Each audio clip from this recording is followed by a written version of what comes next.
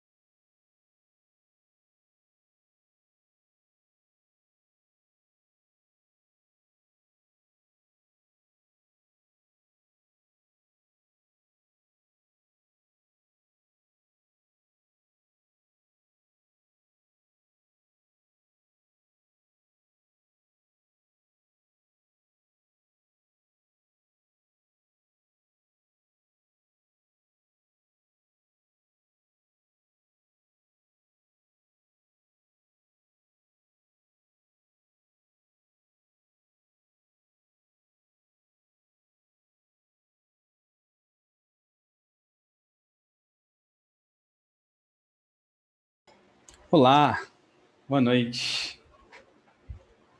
boa noite. Oi, Matheus. Quanto tempo, Ih, hein? pera que eu não tô Passamos ouvindo tanto vocês. tempo Peraí, fiz juntos. alguma caca aqui. Peraí, rapidão. Aí, pronto.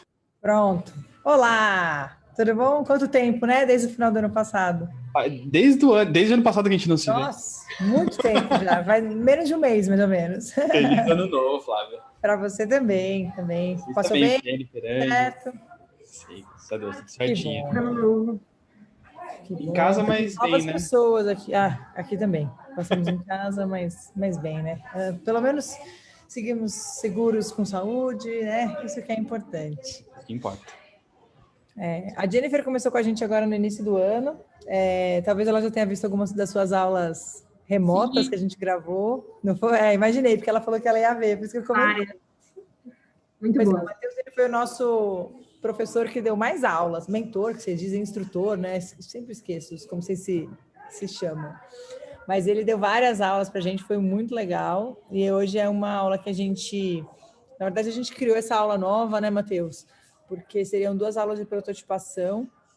E aí, ele achou que o conteúdo poderia ser mais enxuto, mais direto em uma aula, né? Já conhecendo um pouco do conhecimento do time. E aí, a gente discutiu o que seria um conteúdo legal. E a gente trouxe essa de métricas para UX, que eu acho que é muito bacana, tem tudo a ver com o nosso projeto, nossa vida, assim, no nosso dia a dia. Então, acho que vai ser muito Sim. bacana.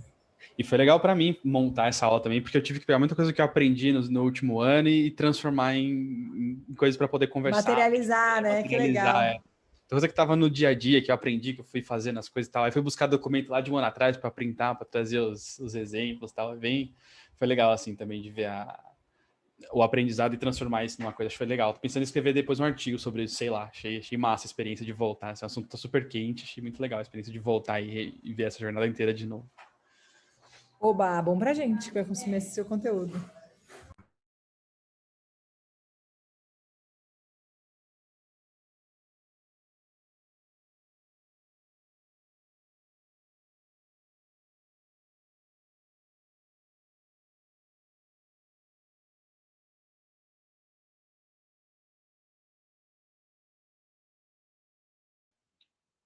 Olá, pessoal. Fala, Miguel. Feliz ano novo. Fala, Matheus. Feliz ano novo para você. Estou aqui com um filho insatisfeito com a vida. Toma, meu filho, toma a mamadeira. Pronto. É que é sempre um trabalho de equilíbrio, um equilíbrio delicado entre dar a mamadeira para ele sossegar, mas não matar o apetite que leva ao sono mais tarde. Que a mamadeira é um É, ótimo link para dormir, né? porque senão eu não consigo ter paz aqui, eu não consigo ter 1 hora de paz no meu dia. Tem que ter uma horinha pra jogar Cyberpunk, né? Né? Já estou com 100 e tantas horas nele. Eu vou comprar, vou tirar as férias, acho que agora em março, começo de março, meio de março. Aí eu vou comprar o Cyberpunk. Eu achei muito legal, eu achei muito bom em termos de narrativa, storytelling, achei muito bom. Achei que ele levanta a proverbial barra no que diz respeito a diálogos, não só no conteúdo, mas também, assim, todo mundo tem um motion capture. Todo mundo, não é que ele fica parado só mexendo a boca, ele se movimenta, o movimento tem a ver com o que ele está falando, se você se move pelo cenário, a cabeça te segue, ele continua olhando para você, o seu interlocutor e tal.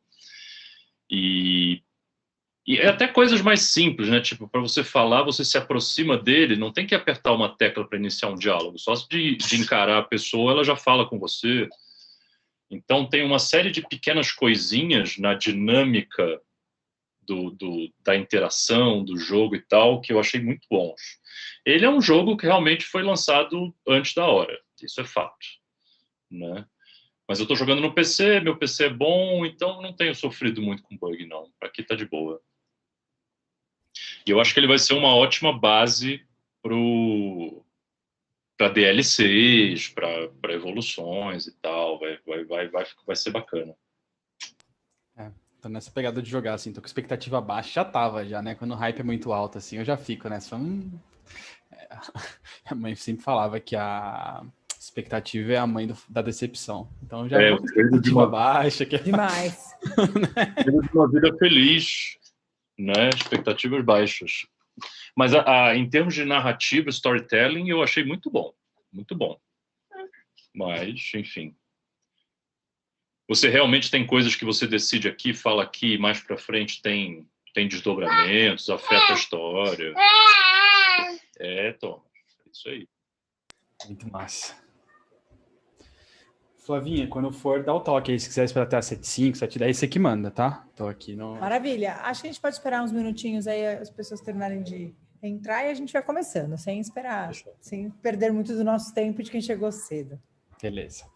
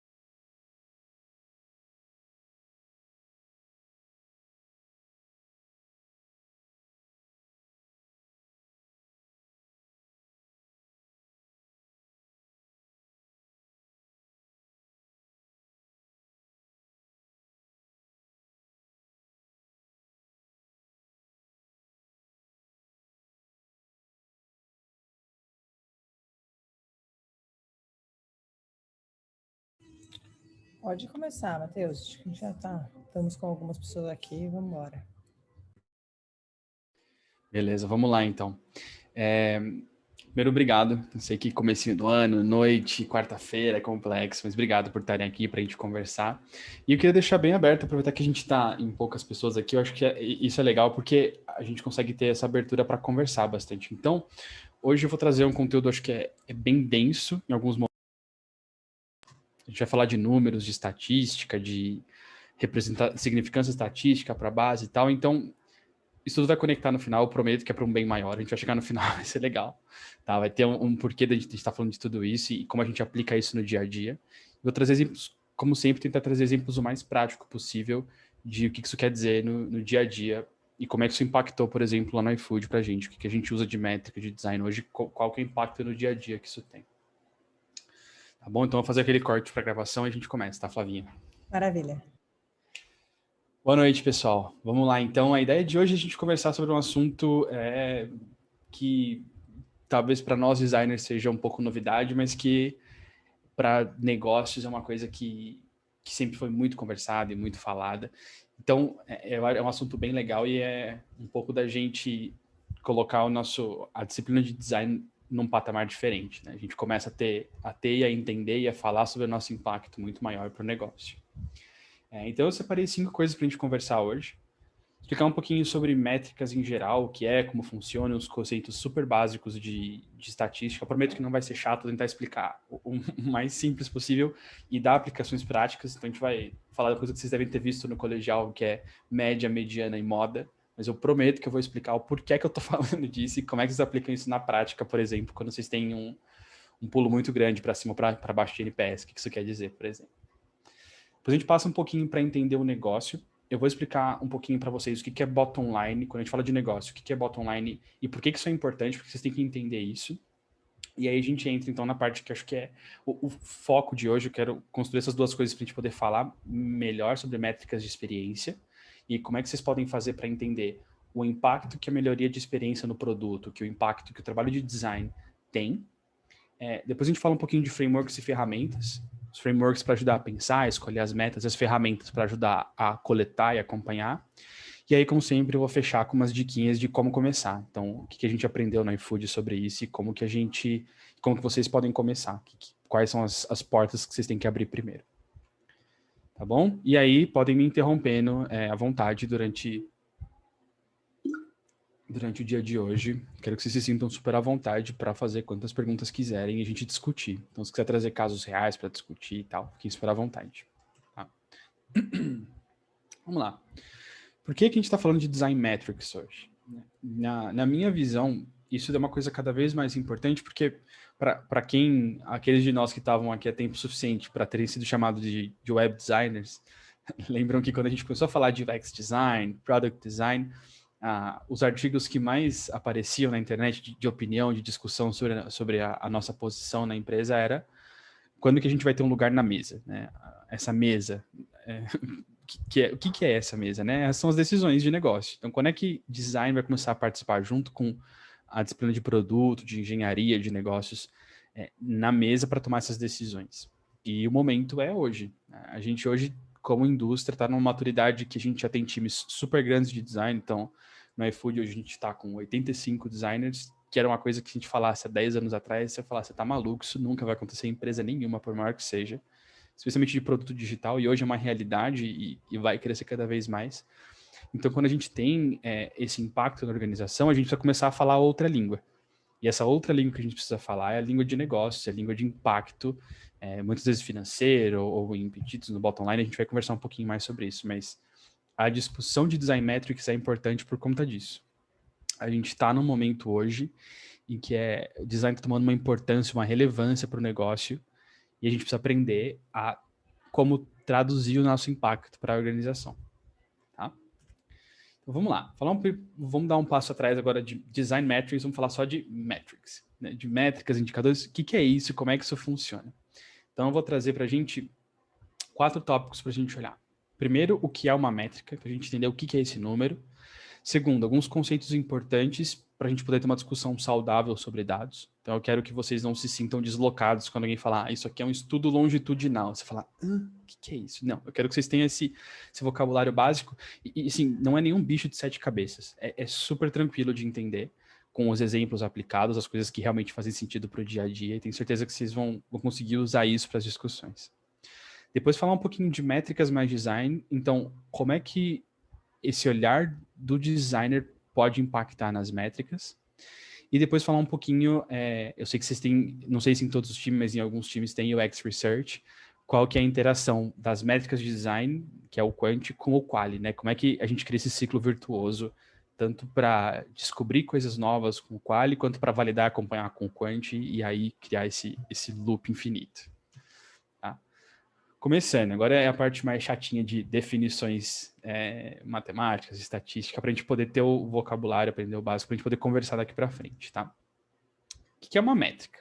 Uma métrica é uma medida quantitativa, que é usada para gerenciar ou acompanhar a performance ou produção. O que eu quero dizer com isso? Provavelmente vocês devem estar acostumados a ouvir nos produtos que vocês trabalham algumas métricas como o número de pedidos que a gente faz por mês, o número de usuários ativos. Então, isso é uma métrica, em qualquer número discreto ou contínuo que você pode usar para medir a performance ou a produção de alguma coisa, tá? Essa é a definição clássica de métrica. O que é isso no nosso contexto de produto digital? São os indicadores de performance do produto. Então, quando a gente vai falar de quantos pedidos a gente fez, quantos usuários a gente atraiu, a nossa taxa de conversão, tudo isso está lá para a gente conseguir fazer a gestão do produto de uma maneira que ela vá além das opiniões do eu acho, do eu quero. Então, isso aqui ajuda a gente a definir, falar, tá bom, se é nosso objetivo como empresa, eu vou falar um pouquinho de como é que isso cascateia mais tarde, mas se o nosso objetivo como empresa é X, então a gente tem que mexer nos indicadores Y e a partir daí é muito mais fácil a gente se dividir para impactar esses indicadores. Tá? E vocês vão ouvir vários nomes, métrica, indicador, KPI, tudo quase a mesma coisa. Algumas empresas colocam um pouco mais de significado em, o KPI é essa coisa específica, tá? Mas no final é tudo um número que você usa para medir a performance. Tá? E, não menos importante, os números eles dizem o que você quiser que eles digam. Né? Não minta para você mesmo. Isso aqui é muito mais para... Quando vocês sentirem que está tudo muito certo, que os meus estão dizendo exatamente o que vocês queriam ouvir, estão sempre, estão provando tudo que a gente achava, cuidado, vocês podem ter enviesado alguma coisa. Então tem esse livro que é uma leitura excelente, não só para design metrics, mas para a vida. Se vocês quiserem entender como é que funcionam, por exemplo, estou com dúvida numa estimativa eleitoral. Por que a gente errou tanto nas estimativas eleitorais dos últimos 4 anos? Esse livro aqui tem algumas excelentes respostas do porquê que isso pode ter acontecido. Então, super recomendado para vocês que querem começar a entender um pouco mais de indicadores, métricas, estatística. Isso aqui ajuda e é um livro, uma leitura super tranquila, é muito divertido. E outro conceito importante que a gente vai falar muito hoje é correlação. O que é quando eu falar que duas coisas são correlatas ou tem correlação entre si, o que eu estou falando? Quando a gente fala de estatística, é uma relação linear entre duas variáveis. O que isso quer dizer? Quer dizer que se uma cresce, a outra cresce também. Então, vou dar um exemplo básico de correlação. Se eu tenho o número de pedidos é uma métrica, ela tem uma correlação, provavelmente tem uma correlação direta com o lucro. Então, quanto mais pedidos eu tiver, mais lucros eu vou ter. A gente vai falar mais na frente como é que isso importa quando a gente falar de bottom line, métricas de experiência, a correlação entre elas. Tá? Então, é importante que vocês entenderem que nenhuma métrica existe em isolamento. Você não pode medir ela sozinha. É importante entender as correlações entre elas. E a gente pode até depois, para quem quiser, ou tiver aplicações específicas, entender o impacto que uma métrica tem na outra, se ela é uma métrica isolada, uma métrica distinta. Tem várias classificações, mas acho que por o que a gente vai falar não é tão importante hoje. Tá? E é muito difícil medir o impacto do trabalho de design em uma métrica já estabelecida. Então, vocês vão olhar para a organização de vocês e falar, a gente já mede, sei lá, pensar o NPS. NPS que é uma coisa super comum de medir. Só que medir o impacto de design diretamente no NPS é uma grande dificuldade que foi, quando a gente estava fazendo essa movimentação para começar a ter mais métricas de design e aplicar isso no iFood, foi a primeira coisa que eu entendi. Foi que assim, no fim das contas, o que eu quero mexer é o NPS. Só que se eu colocar para o time a meta de vamos mexer no NPS, eu não sei o que é que realmente mexeu no NPS, mas eu posso encontrar métricas correlatas, ou seja, que tem uma correlação com o NPS, comprovadamente, e que essas a gente pode medir individualmente o trabalho de design e falar, bom, se a gente está aumentando isso aqui, a gente está contribuindo para aumentar o NPS. Ah, mas a área financeira teve um problema e a gente não pagou os nossos clientes. Beleza, isso vai derrubar o NPS e talvez a nossa meta de NPS da empresa não seja batida. Mas o trabalho de design teve um impacto positivo nisso. É por isso que a correlação é importante. Tá? E aí tem um conceito importante que é métricas leading e lagging. O que é isso? O lagging são indicadores que eles traduzem os resultados dos esforços. Então, eles geralmente são as metas de bottom line, quer dizer, o que impacta a saúde da empresa. O que é uma meta lagging, para vocês entenderem? Número de pedidos. O que eu quero dizer com isso? Ela traduz a performance do passado. A métrica leading, ela ajuda a prever a performance do futuro. Então, elas geralmente são métricas relacionadas à experiência dos clientes. Então, por exemplo, quando eu falo que eu até escrevi errado, NPS, não é NSP não, tá, gente? Escrevi errado, depois eu arrumo. Quando eu falo que eu tenho NPS alto, por que as empresas querem buscar um NPS alto? O NPS alto não se traduz no mesmo mês. O NPS tem uma correlação direta com o número de pedidos, por exemplo. Então, se aumentou o NPS, o número de pedidos vai aumentar. Não. Mas é como se você estivesse fazendo um investimento. Ela vai gerando um juros composto que, no fim das contas, no acumulado de 10 anos, é esse tipo de métrica que vai dizer que você está evoluindo para ter uma performance maior no futuro. Então, é importante focar que, quando a gente falar de métrica de design, é muito importante que, se não todas ou mais, pelo menos a maioria, sejam métricas leading. Elas não estão medindo o esforço que a gente colocou e como isso já gerou valor, mas muito mais o esforço que a gente está fazendo hoje, como isso pode gerar valor para a empresa no futuro, tá? Tá, e agora alguns conceitos importantes especificamente sobre dados. Então, a gente vai falar especificamente de estatística, tá? Como é que vocês vão... Algumas palavras e conceitos que vocês vão precisar saber para poder tanto justificar e entender algumas coisas que vocês vão usar de números a partir de agora, quanto para poder conversar sobre o negócio, tá? Para poder entender métricas de negócio e conversar sobre elas. Tá? Então, o primeiro conceito importante é o conceito de amostra. Não dá para a gente falar de métrica se a gente não falar de amostra, porque a nossa amostra é o que vai dizer para a gente o que a gente está olhando. Então, quando a gente fala de amostra, a gente está falando de um subgrupo, um recorte, uma secção da população total. E é importante a gente... Aqui, o papel de research é muito importante, se eu coloquei as pesquisas qualitativas exploratórias ali embaixo, para a gente entender a nossa base. Eu vou dar uns exemplos aqui do iFood, para vocês entenderem o que eu quero dizer com isso. Então, não adianta no iFood a gente medir o NPS, ou o SES, ou o CSAT de todo mundo e falar o NPS do iFood é tanto. A gente tem um NPS global. Mas ele é composto da soma de algumas amostras, alguns subgrupos, alguns cortes da nossa base. Então, por exemplo, qual que é o nosso principal corte hoje? É o corte por performance. Então, a gente tem uma classificação, dependendo de quantos pedidos o restaurante faz em relação ao potencial da área que ele atua, para falar se ele é long tail, que é um restaurante que faz alguns pedidos no mês, conta estratégica, que tem um volume alto de pedidos, e key accounts, que é Burger King, McDonald's, que fazem um caminhão de pedidos. Porque o NPS desses parceiros, ele é muito diferente, e se a gente jogasse todo mundo na mesma bacia e falasse o NPS é 30, a gente não ia entender o que está acontecendo. Ainda mais quando a gente olha isso ao longo do tempo. Quando a gente separa e fala o NPS, o SES ou o CSAT do long tail, ou seja, o restaurante que opera mais sozinho, não tem um gerente de conta, depende muito mais das ferramentas e tal, ele é 50. E o NPS do key account é 10. E por isso a gente chega numa média que não está em nenhum dos dois cantos, a gente entende que, bom, então a gente tem um problema em key account. É lá que está a nossa alavanca, vamos aprofundar mais. Então é importante, é assim que a gente faz o nosso NPS no iFood para os parceiros, por exemplo. A gente olha para restaurantes nessa classificação de performance, e a partir daí a gente mede o NPS, e no final das contas a gente faz uma média ponderada com todos eles ali, para falar nosso NPS para os parceiros é tanto, mas a gente sabe muito mais no detalhe porque a gente faz a amostragem certa. E por NPS também, outra coisa que impacta muito é região. Então, Sul, Sudeste, Norte e Nordeste, tanto culturalmente quanto a presença do nosso time de pós-vendas lá, faz toda a diferença para o NPS. né? Ele é uma métrica que mede o quanto o parceiro, o restaurante, gosta do iFood e recomenda para outras pessoas. Então, se ele tem uma pessoa de pós-venda super forte perto, ele vai gostar muito mais do que uma pessoa que falou uma ou duas vezes com alguém ou nunca falou com ninguém do iFood, que é o caso de algumas pessoas. Então, assim, quando a gente começou a forçar mais o modelo sem pós-vendas, a gente viu na região sudeste, por exemplo, a gente viu que, então quer dizer que isso tem impacto no NPS. Só que se a gente não tivesse essa quebra, a gente nunca teria visto. O NPS teria caído, a gente não ia saber por quê. Então, ter essas quebras é importante. E aí tem outros, né? Tanto o perfil do usuário, se é o dono ou se é o operador que está respondendo uma pesquisa, importa pra caramba.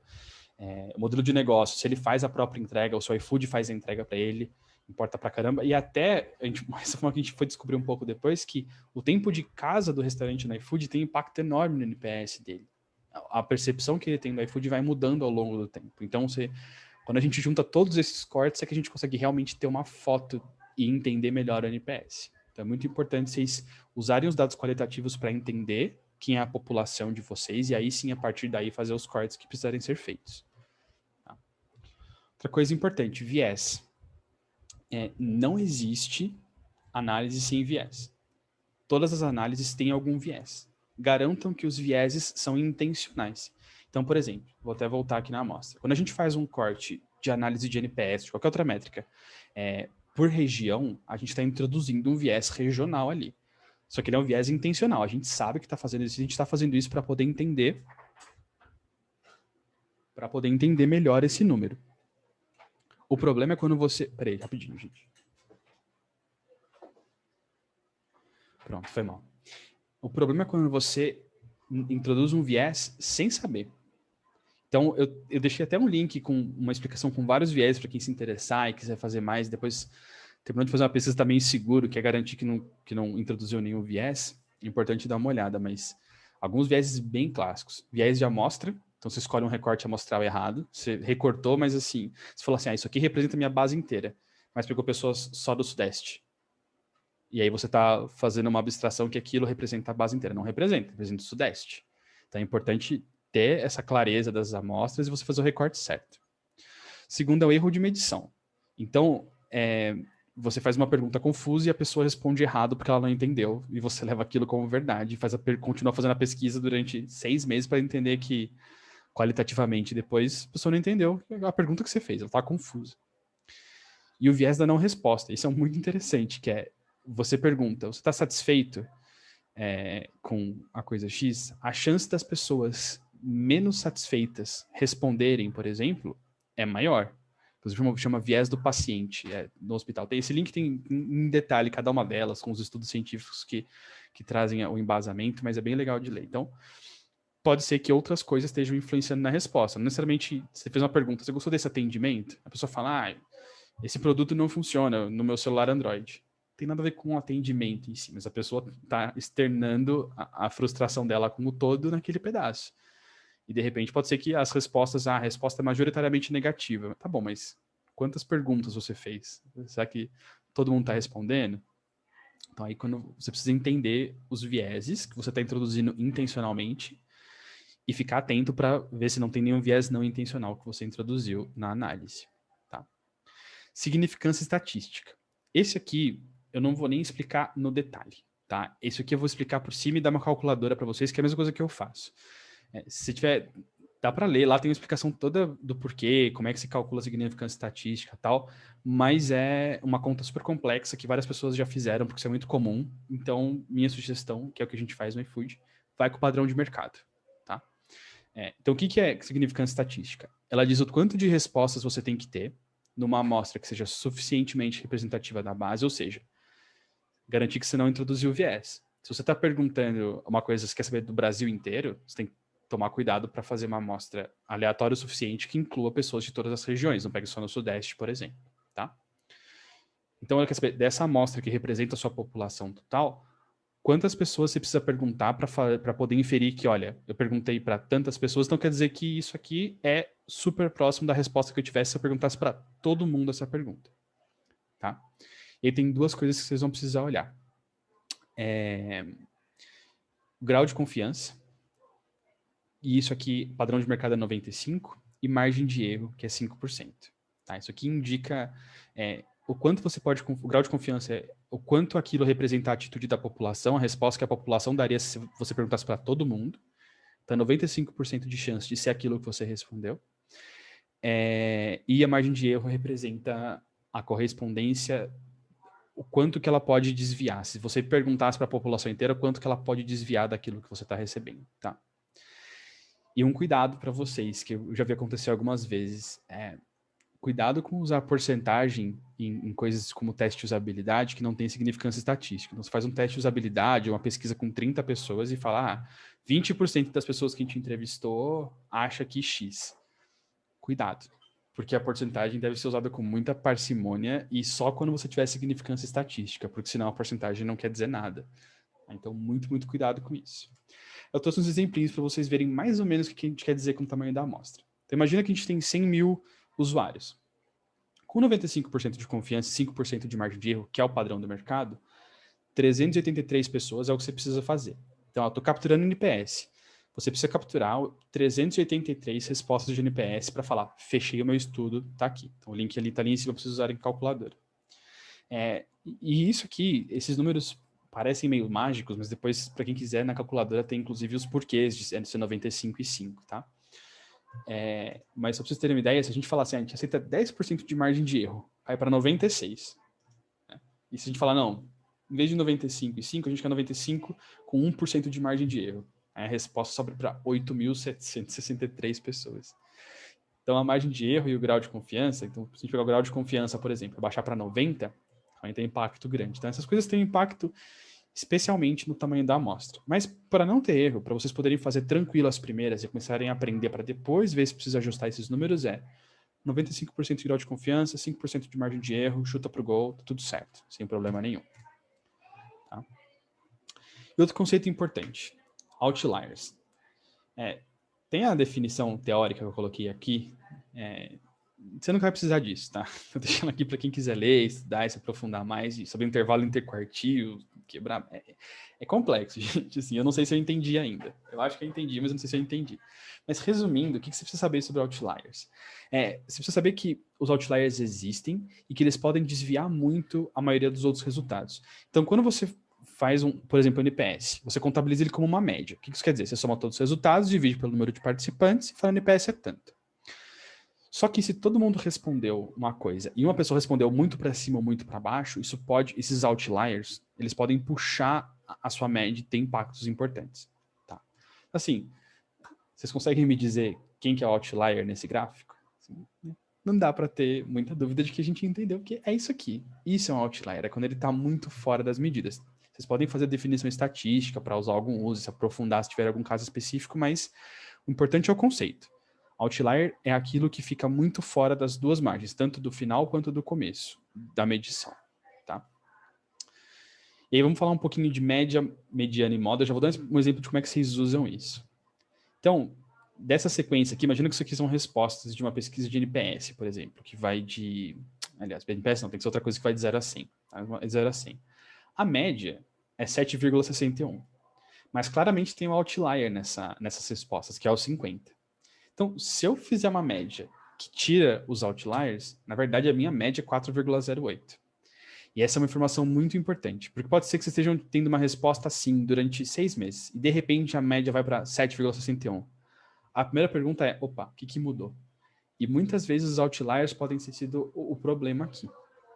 Tá? Então aí é importante você olhar e falar, beleza, como é que eu faço para entender, então, que outros números eu posso olhar além da média para entender a alteração de valor brusca? Isso, assim, tem várias coisas para fazer, tá, gente? Se o estatístico tivesse aqui, ele ia me bater agora que eu estou fazendo várias simplificações, mas é só para a gente poder usar isso no dia a dia, tá? A gente pode aprofundar, quem tiver vontade, a gente conversa mais e aprofunda, é um tema que eu tenho estudado bastante ultimamente. A mediana, o que ela é? A mediana ajuda muito porque ela pega o centro da amostra. Então, você fala, eu tenho 13 entradas nesse resultado, por exemplo. Então, eu pego, tiro 6 de um lado, 6 do outro, o que está no meio, desde que eu ordenei do menor para o maior, é a mediana.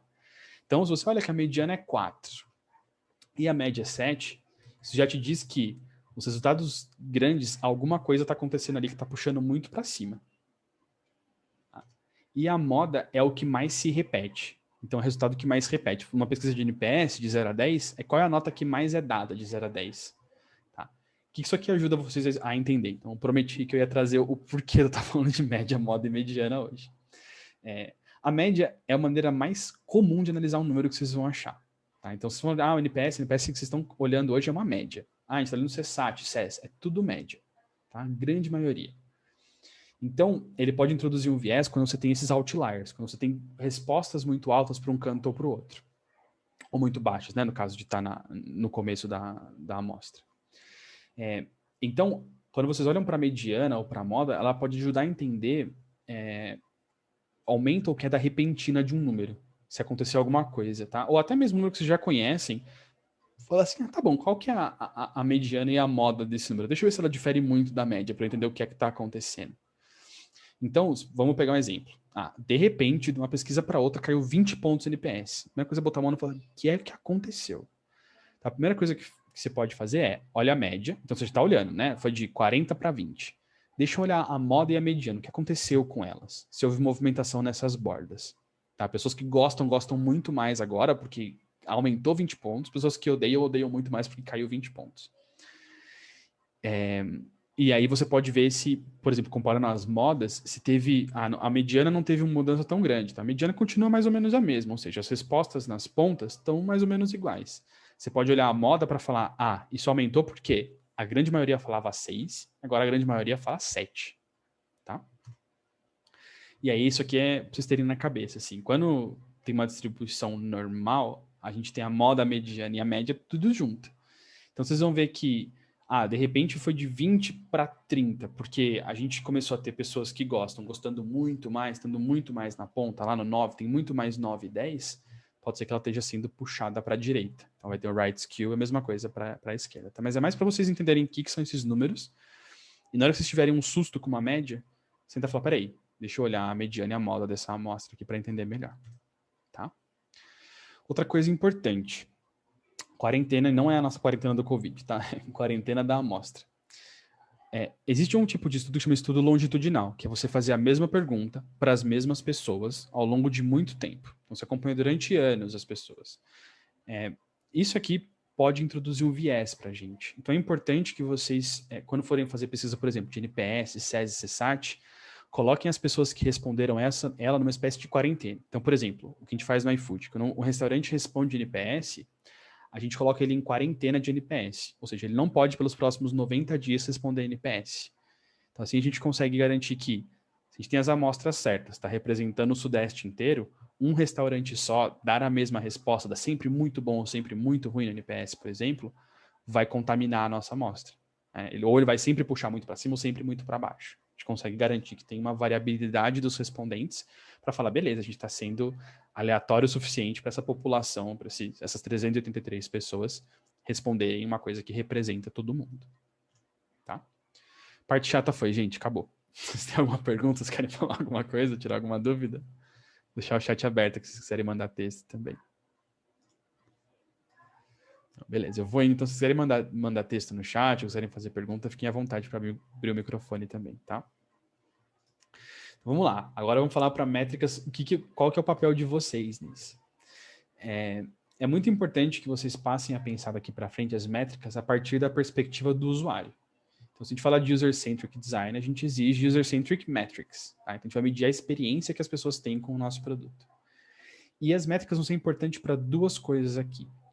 Vocês vão deixar o impacto do trabalho de design mais claro e medir ele ao longo do tempo. Tá? O que é deixar o impacto de design mais claro? Vocês vão conseguir, por exemplo, brigar por recursos, quando vocês forem falar assim, a gente tem um time de 6 designers, isso acontece no iFood.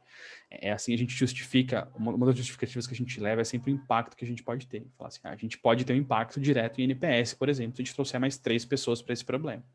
Então, as negociações de vaga, de tamanho de time, quando elas começam a girar em torno de indicadores, quando a gente fala de design, a gente tem que ser indicadores de experiência de uso, que é onde o designer atua, é muito mais fácil essas discussões.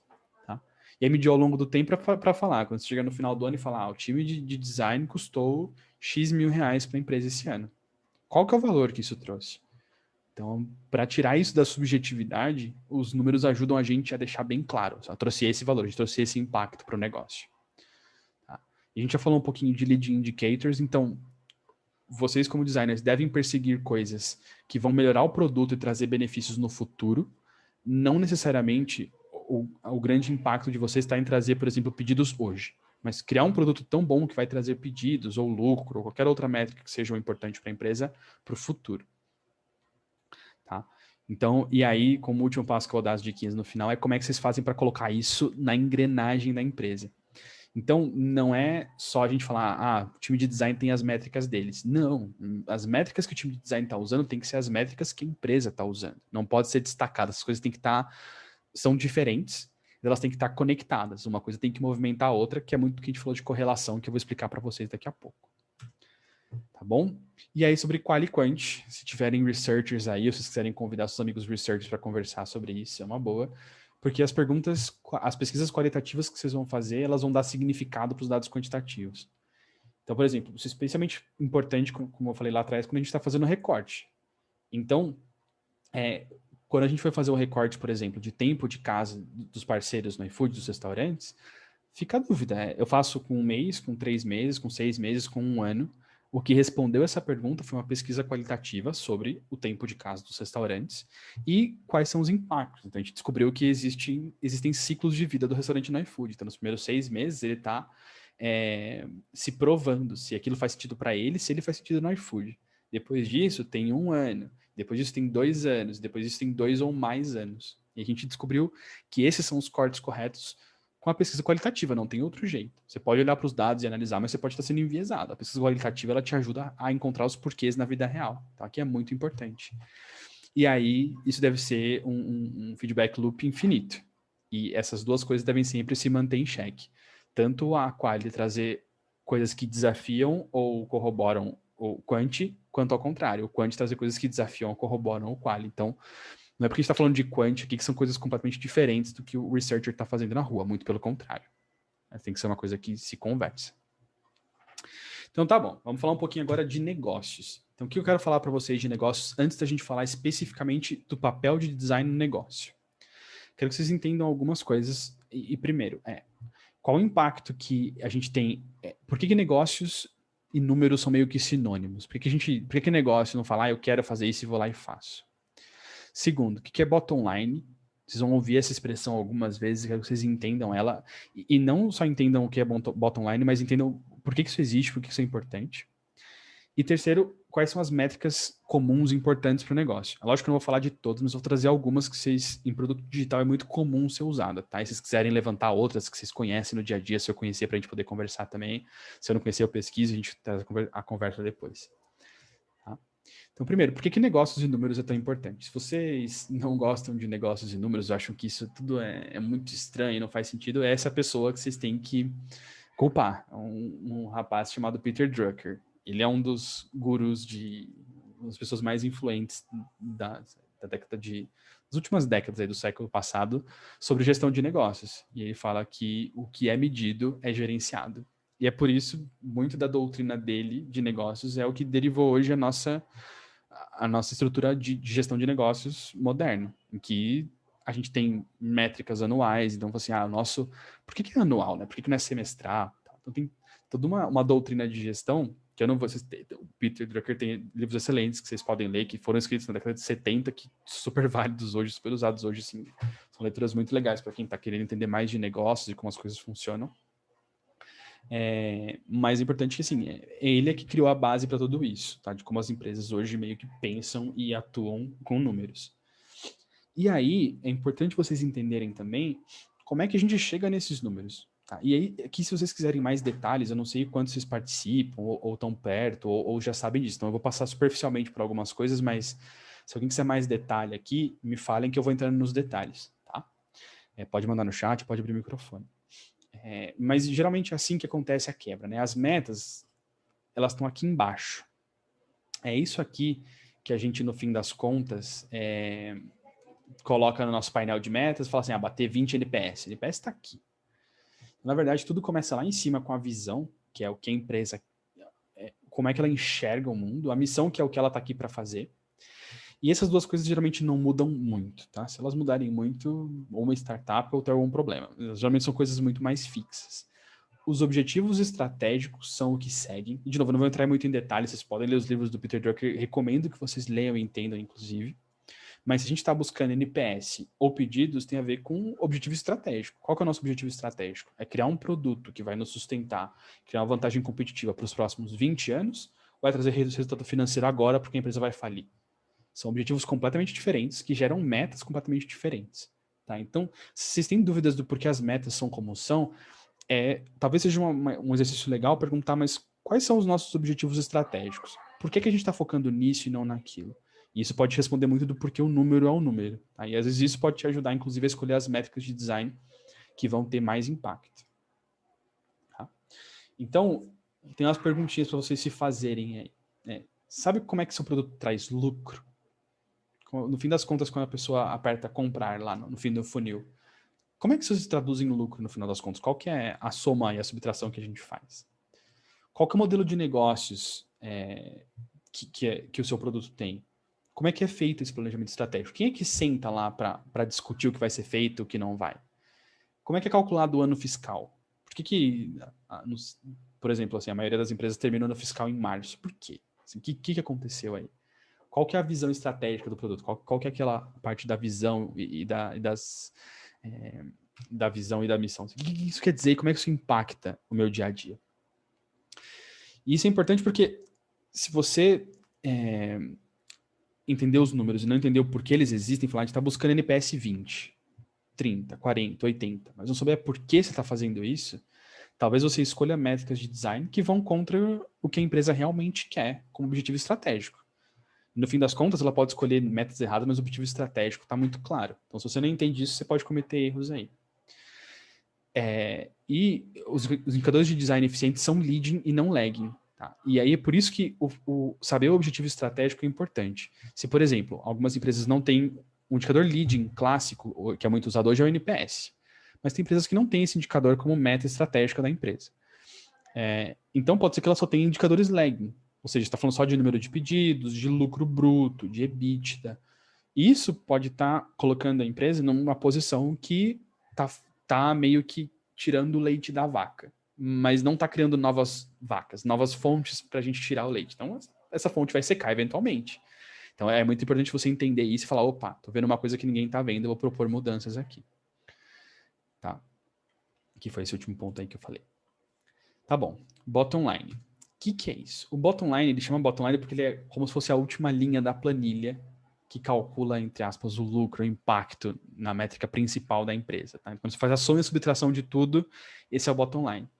E isso é usado geralmente quando está em discussão de métricas e de impacto para denotar o impacto direto do esforço no resultado financeiro ou qualquer ele que seja importante. Então, quando a pessoa fala assim, tá bom, mas qual que é o impacto disso no bottom line? O que ela quer dizer tá bom, como é que isso mede para a empresa, como é que isso mexe como a empresa performa no fim das contas. Então, por exemplo, no iFood, uma métrica muito importante do nosso bottom line é pedidos. Quantos pedidos as pessoas fazem no iFood? Então, quando a gente está falando de bottom line, a pessoa fala, tá bom, qual que é o impacto disso no bottom line? O impacto disso no bottom line é um acréscimo de 12% de pedidos nessa área específica. Eu estou falando de quê? Eu estou falando de melhoria de experiência na hora do restaurante cadastrar foto. Então tem quando a gente fala de design, existe essa ponte que a gente precisa cruzar entre o impacto que a gente está tendo com o design e o quanto o bottom line, qual é o impacto direto que isso pode ter no bottom line, tanto hoje quanto no futuro. Então, as métricas de design talvez não tenham um impacto tão direto no bottom line, tá? Mas elas podem ter, se o bottom line for uma métrica lagging, tipo número de pedidos, resultado financeiro e tal.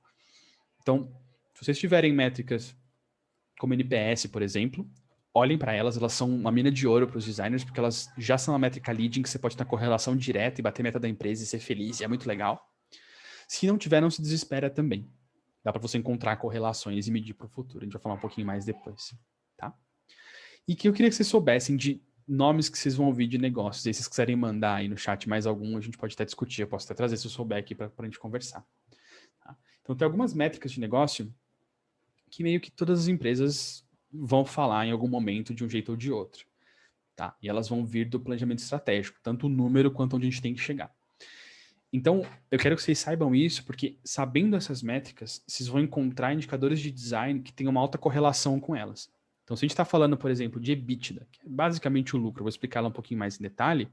Se você encontrar uma métrica de design, por exemplo, não vou falar da métrica ainda, mas vou falar assim, eu sei que se eu fizer uma melhoria de usabilidade nessa tela aqui, eu vou ter menos chamados no suporte. Cada chamada no suporte custa. Então, se eu tiver menos chamados no suporte, quer dizer que eu diminuo o meu custo de suporte. Isso quer dizer que eu tenho impacto no bottom line, que é EBITDA. Ou seja, ao melhorar a usabilidade de uma tela, eu gero lucro para a empresa. Isso é intuitivo para a gente, né? Faz muito sentido na nossa cabeça. O que eu vou tentar ajudar hoje é, tá bom, como é que vocês vão traduzir isso em números, botar numa planilha, sentar com as pessoas de gestão e falar, tá aqui, tá aprovado. Agora eu quero mais X vagas de design, eu quero mais um time desse tamanho para poder ter mais impacto. Olha o valor que eu estou trazendo com o meu trabalho para cá. A gente combinou que ia ter esse valor, então estou trazendo para você. Então, isso eu quero ajudar vocês a encontrar esse número, porque essa correlação que é importante, é por isso que é importante entender o que é bottom line e o que são essas métricas. Tá? Então, métricas importantes de negócio. EBITDA. É um nomão bonito que é lucros antes de juros, impostos, depreciação e amortização. O que isso aqui quer dizer? Isso aqui quer dizer, basicamente, com os ativos que a empresa tem, com o produto, com... Se for uma empresa que faz aluguel de sala comercial, então quanto que o aluguel da sala comercial, você tem um aplicativo para fazer aluguel de sala comercial, quanto que você está gerando com esses ativos de dinheiro por mês? Por exemplo, vou pegar um exemplo do iFood. O que isso aqui quer dizer? Isso aqui quer dizer quanto que a gente gera de lucro com os pedidos que a gente faz. É isso no fim das contas. E aí a gente vai ter outros cálculos de depreciação, amortização dos computadores que o iFood comprou para as pessoas, tá? Mas isso aqui fala, beleza, não olha para isso agora, e por isso que isso não era legal. Fala, beleza, só fala quanto que a gente tem de produto, de ativo, de coisas que fazem sentido para a empresa e quanto que isso gera de recurso. Isso que é importante. E ele mede a capacidade da empresa de operar de uma maneira saudável. Então, por exemplo, se você reduz um custo de operação melhorando a ferramenta ou produto, você está melhorando o EBITDA. Mas não necessariamente se você fizer um plano fiscal, por exemplo, X, porque a gente não está falando de juros aqui ainda. Então, essas são outras coisas que vão mais no lucro líquido, lucro bruto depois, que não vai importar tanto para a gente com o produto, tá? Isso é mais próximo de lucro que vai fazer sentido para vocês como produto. Tá? Talvez em alguns casos específicos a gente pode falar de lucro bruto, lucro líquido para alguns times de design, mas no geral esse aqui é o que importa para falar que o nosso produto é eficiente, manda bem e ele evita que a gente gaste dinheiro com algumas coisas. Tá? LTV. Esse aqui é muito bom, muito, muito, muito bom, que ele representa o valor de um cliente para o produto. Então, sei lá, se você tem um cliente, ele dura na média 4 anos no produto, ele compra 80 mil reais ao longo da vida dele. Esse é o LTV dele. Tem um cálculo aí, né, que você tem que fazer, mas estou simplificando aqui. Então, isso quer dizer que a gente sabe o quanto um cliente, o tempo de vida dele média é 4 anos e ele gera 80 mil reais. Então, por que isso é importante? Porque isso vai ajudar a gente a falar, tá bom, quanto que a gente pode gastar com aquisição e retenção? Eu falo assim, olha, a gente quer testar uma hipótese aqui de que se a gente fizer um programa de pontos para ele, com uma experiência interessante, para ele voltar e ter mais frequência e tal, a gente vai gastar tanto, mas isso aqui vai fazer ele ficar mais 1 ano e o lifetime value dele vai se pagar daqui tanto tempo. Então é importante vocês entenderem isso, porque isso aqui, no fim das contas, é dinheiro, né? Mexe no bottom line direto. E tem uma correlação direta com a retenção dos usuários, para a gente fazer um produto que mantenha eles interessados e usando. Tá? E aí vocês têm a correlação direta. Eu vou falar depois desse Umux, CSAT, vou falar deles daqui a pouquinho. Tá? E churn é a mesma coisa, só que a gente está olhando para outro jeito, que é o churn é quantos usuários você perde num período de tempo, no mês, no ano, na semana. Isso aqui tem uma relação direta com a satisfação. Então, produtos com NPS alto tendem a ter um churn mais baixo. Então, por que o churn é importante? Porque se você está perdendo gente, você pode falar, beleza, por que estou perdendo gente? E aí falar, tá bom, então eu estou perdendo gente porque a experiência de adicionar um produto novo, um produto no carrinho é muito ruim. As pessoas abandonam e depois não usam mais o produto porque elas ficam pistolas com isso. Tá bom, então a gente vai fazer um projeto para melhorar a satisfação com o carrinho, por exemplo. A gente espera que isso tenha impacto direto no churn, ou seja, a gente para de perder pessoas e aí, consequentemente, aumenta o LTV. Então, tá entendendo? Eu tô fazendo isso, tentando fazer esses links para vocês entenderem que é importante saber esses números, porque no painel de metas da empresa é esses aqui que vão estar lá, pelo menos por enquanto. Até vocês fazerem a transformação e terem outros números lá. Mas é a partir deles que vocês vão conseguir as portas de entrada para fazer a alteração de coisas que tem muito mais a ver com experiência. Tá? ICR, talvez esse aqui seja um dos mais fáceis para design atuar, que é eficiência operacional. Então, esse aqui é taxa de contato, ou seja, quantas vezes você precisa de uma ação operacional distinta para lidar com um pedido, por exemplo. O que isso aqui quer dizer no iFood? Vou colocar em termos práticos. Você fez um pedido lá e a cada 15 pedidos que você faz, um deles você precisa abrir o chat e falar, olha, veio faltando a Coca. Aí precisa um operador ir lá, sentar na máquina dele, ligar para o restaurante, falar, restaurante, faltando uma Coca, eu tô mandando um motoqueiro aí para você colocar uma Coca e mandar entregar lá, tá bom? Tá bom. Preciso gerar uma cobrança para o restaurante, todo um processo. Então, esse contact rate, sei lá, ele é 1 a cada 15 pedidos, por exemplo. Esse é o número. Cada 15 pedidos, um deles precisa de um contato. Se eu consigo trabalhar a funcionalidade específica para diminuir isso, eu estou gerando impacto financeiro direto. Porque eu não precisei ter esse operador com o tempo dele respondendo, eu não precisei gerar uma cobrança para o restaurante, eu não precisei mandar um motoqueiro extra e pagar por esse motoqueiro. Então, o contact rate talvez seja uma das portas de entrada para vocês, tá? Contact rate e NPS. Se o NPS estiver no painel da empresa de vocês, é uma excelente porta de entrada. Se não tiver, se o produto estiver muito focado em operacional, por exemplo, o contact rate é uma excelente porta de entrada. A usabilidade aqui se traduz direto em ganho financeiro no bottom line. Eu vou ensinar vocês como medir isso. Tá? E aí outro que é MUBI e MAU, isso aqui tem bastante a ver com aquisição e tal, para quem trabalha com produtos que tem a parte de aquisição forte. Então, MUBI é compradores únicos, pessoas que todo mês vão lá e compram, e MAU é pessoas que estão usando o seu aplicativo, não necessariamente comprando. Então, assim, se a pessoa abre o aplicativo do iFood, não pede nada e fecha, a gente conta ela como MAU. Se ela abre e faz um pedido, a gente conta ela como MUBI. Tá? E aí a diferença entre esses dois é a nossa conversão. Quantas pessoas estão lá, têm o aplicativo instalado, estão usando e quantas delas realmente compram. Tá? Então, isso aqui também pode ser um impacto direto de aumento de MUBI, por exemplo, se você fizer uma feature melhor, uma experiência melhor de primeira compra, por exemplo. Tá? Então, tem bastante coisa aqui que vocês podem olhar e medir direto. Vamos dar uma pausinha de 5 minutos para a gente poder respirar, pegar uma água, ir no banheiro e a gente volta, pode ser? Às 8h05 a gente volta. Fechado? Vou pegar água rapidinho aqui, mas se vocês tiverem perguntas que quiserem mandando, essa é uma boa hora também para a gente aproveitar para fazer perguntas aí. Tá bom? Vou só pegar uma água rapidinho e já volto, a gente continua. Se tiverem perguntas, podem deixar no chat aí.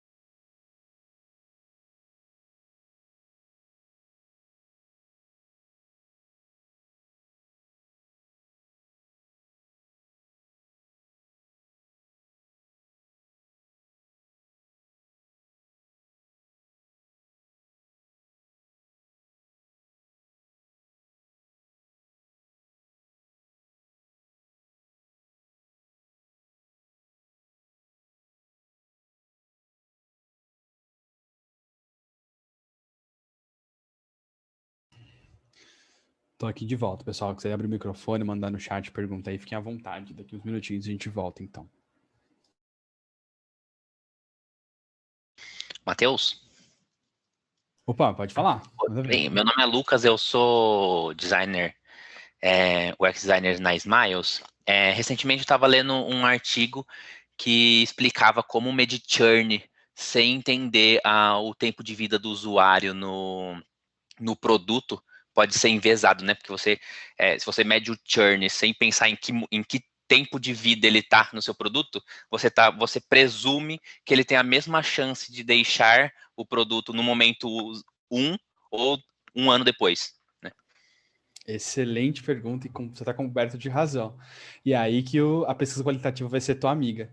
Às vezes você vai precisar falar, beleza, deixa eu pegar 20 pessoas que churnaram e ligar para elas, fazer um questionário para entender qualitativamente o que está acontecendo. Sei lá, aí você olha para o dado e fala, tem pessoas que churnaram que... Aí tem até um outro conceito que a gente fala no framework de métricas mais para frente, que é o conceito de ativação.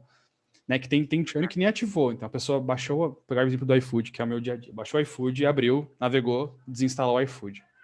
Esse é um churn de usuário pra gente que, na real, assim, é horrível, né? Porque ele nem chegou a fazer o pedido. O que aconteceu nesse meio do caminho? Que é diferente de uma pessoa que ficou 1 ano no iFood e desinstalou porque, sei lá, mudou pra uma cidade que não tem mais iFood, sabe? São churns completamente diferentes. Você tá coberto de razão.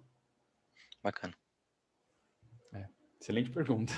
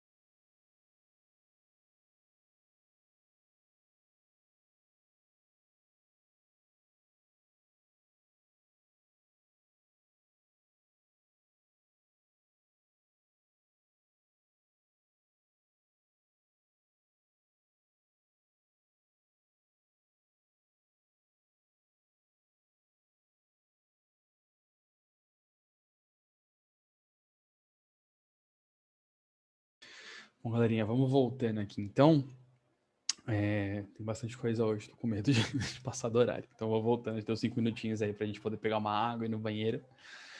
Então, vou voltando aqui, tá?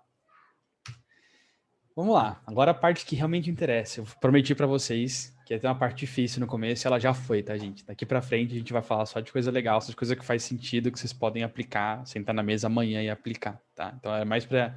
Queria ajudar vocês nessa primeira hora a criar esse repertório, esse vocabulário, de alguém falar assim, mas isso não tem impacto no EBITDA, se não fazer cara de interrogação, conseguir discutir, falar, não, tem sim, o impacto é esse. E agora a gente vai falar de métricas, assim, e aí de novo, né, eu não sou o dono da verdade, eu não sei tudo, e eu não conseguiria trazer para vocês todas as métricas nunca, porque a gente ia ficar dias falando aqui, tem N maneiras de mexer. Eu trouxe para vocês algumas que eu acho que são as mais fáceis de começar. Tá? Então, acho que a partir dessas daqui, vocês podem aplicar virtualmente em qualquer produto que vocês tenham rodando hoje. E elas trazem impactos e medições diretas do trabalho de design. Então, essa é a parte mais importante. Tá? O NPS não, eu vou explicar porque ele está aqui, mas o MUX Lite, o SES e o CSAT são coisas que vocês podem coletar. Como vocês coletam o NPS? Então, por exemplo, você consegue coletar isso constantemente. Subiu uma funcionalidade nova no cardápio. Quero medir se isso aumentou a satisfação do usuário com o cardápio. Você pode medir, subiu. Assim que 383 pessoas responderem, você tem a resposta e você pode continuar a sua vida. E saber diretamente se o trabalho de produto e design está tendo impacto real na experiência do usuário. E a partir das correlações que a gente faz dessas métricas com as métricas de bottom line, então a gente fala assim, o SES tem muito a ver com o contact rate, que tem muito a ver com o EBITDA. Agora vocês conhecem, por isso que eu falei desses nomes são importantes, vocês vão saber o que eu estou falando, vocês já entendem mais ou menos o que eu estou falando, e eu vou explicando de novo para vocês poderem ir reforçando, mas quando a gente fala isso, você fala o que quer dizer? Quer dizer que eu consigo medir diretamente o impacto do meu trabalho e colocar isso, falar assim, olha, o meu trabalho está impactando o lucro da empresa lá na ponta. E esse é o tamanho do impacto que eu estou tendo. E isso começa a ficar muito poderoso na mão de vocês. Essa é a arma que eu quero dar para vocês usarem. Essa é uma faca afiada. E ela pode ter um impacto gigantesco no dia a dia de vocês para melhorar essa relação de como é que a gente fala do nosso trabalho, como é que a gente justifica o nosso trabalho. Tá? Porque eu trouxe NPS aqui como uma métrica de experiência. Porque, para a gente falar de NPS, ele realmente mede a qualidade da experiência que o cliente está tendo. Se ela, assim, é tão boa, que a pessoa topa recomendar aquilo para outra pessoa. Então, se alguém perguntar, mas como é que você pede comida? Se o NPS do iFood estiver bom, a pessoa fala, putz, cara, pede no iFood, é show de bola. Ou melhor ainda, fala assim, então, pediu no iFood ontem, muito massa. O que é o iFood? Putz, o iFood é esse aplicativo que você pede comida. Ah, me conta mais. Então, o NPS, no fim das contas, ele tenta medir isso, né? Qual que é a chance daquela pessoa que usa o seu produto recomendar para outra pessoa? E tem todo um estudo por trás. Eu deixei os links para cada uma delas para vocês entenderem no detalhe, toda a parte científica que elas têm, tá? Porque elas são bem robustas nisso, todas que eu trouxe aqui. Mas o NPS é talvez a mais difundida delas. Então é importante que vocês saibam dela, tá? E saibam como ela funciona. Tá? Eu já falei o primeiro ponto aí, que é o que é o NPS. E vocês podem trabalhar o NPS ao longo do tempo muito bem. Então, o NPS é uma métrica que funciona muito bem para você olhar ela durante anos e entender o que aconteceu com as mudanças que a gente fez. Tá? Então, usem muito o NPS. Se vocês não tiverem, coletem, porque ele é muito fácil. É uma métrica que, por mais que não traduza o impacto direto de vocês, é uma métrica que o negócio entende. Se forem falar de CSAT, de SES, de um MOOCs Lite, as pessoas que não são de design provavelmente nunca ouviram falar dessas métricas. Mas NPS todo mundo ouviu. Então ela é um excelente ponto de começo para você criar esse entendimento de todo mundo de que, putz, NPS é legal, é super sólido, é usado por um monte de gente, vamos usar também? Sim, show de bola. Tá? Eu queria levantar um ponto, assim, muito cuidado com NPS transacional. Se vocês já viram, assim, no final de uma coisa que a gente fazia no iFood também, tá, gente? Então, assim, não sou o dono da verdade, nem o iFood, nem ninguém é perfeito e faz parte do dia a dia. O que é transacional? Transacional é quando você faz alguma coisa com uma transação. Ou seja, você terminou de fazer um pedido, fechou um atendimento, você acabou de criar a sua conta, alguma coisa aconteceu que desencadeia aquela outra coisa. Tá? Então, o NPS transacional é quando você, por exemplo, termina de fazer uma compra e aí você pergunta, você recomendaria esse produto para outra pessoa? Cuidado, tá? Porque o NPS, ele tende a traduzir muito melhor a sua experiência com o produto como um todo, não com uma jornada específica. Para falar de jornada específica, eu vou trazer 2 indicadores CSAT e SES que são excelentes para isso, que são feitos para isso, tá? Mas se vocês tiverem NPS transacional no produto de vocês, eu aconselho dar uma olhadinha com calma e ver, falar, será que dá para a gente trocar por uma outra métrica? Tá?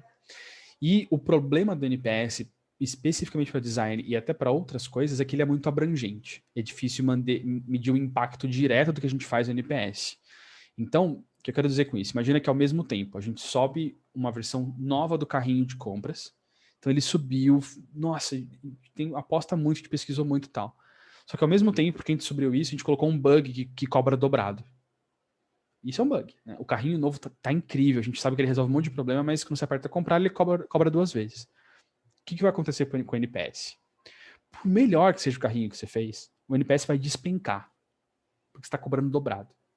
Então, o NPS é importante como esse navio, como esse farol que vai guiar o navio, mas cuidado para não se basear só nele. Isso pode frustrar, porque você pode fazer um super trabalho e uma outra coisa impactar. Tá bom, então, legal, você falou de uma métrica que a gente não pode usar.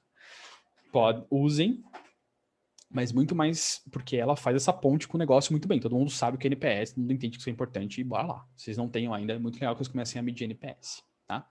Como é que é medir NPS? Pergunta de 0 a 10. Se você pudesse recomendar, qual a probabilidade de você recomendar essa empresa ou produto para um amigo ou colega?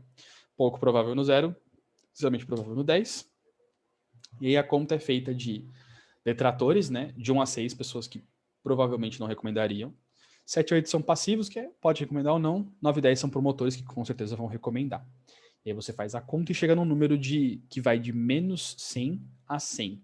Tá? E esse é o NPS que você tem. Então vocês podem, por exemplo, procurar o NPS da Apple, procura o NPS dessas empresas que são excelentes, que têm esse número público, que são de capital aberto geralmente, tipo a Apple, e tem esse número público, para vocês terem uma ideia assim, de que é o NPS da Apple, o NPS do Facebook, vocês entenderem um pouco do mercado, assim, mas qualquer NPS acima de 70, 80, um NPS inacreditavelmente bom, excelente, assim. A Apple tem NPS de, acho que 85, 88, assim, é muito alto. Eles realmente são muito bons nos produtos que eles fazem. Beleza. Falei de NPS que vocês não devem usar para medir especificamente o trabalho de vocês. Então, o que vocês podem usar? Então, a gente vai falar de 3 indicadores importantes. O MUX Lite, imagine ele como se fosse um primo do NPS. Enquanto o NPS ele olha para a relação da pessoa com o todo. Então, se você, por exemplo, faz um pedido no iFood, mas o motoqueiro vem na sua casa e joga o pedido por cima do muro, isso vai impactar o NPS, porque no fim das contas, a sua relação é com o iFood. Por mais que seja motoqueiro, você já compra com o iFood.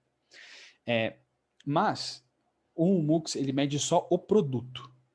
Tá? Então, quando a gente pergunta, o MUX, ele mede o produto e mede ele em 2 dimensões. Usabilidade e utilidade.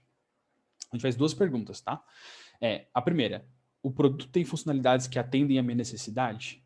Então, aqui a gente mede se o produto hoje resolve os problemas do usuário. Tá? E se, por exemplo, quando a gente coloca novas features, a gente está colocando coisas que realmente importam para o usuário.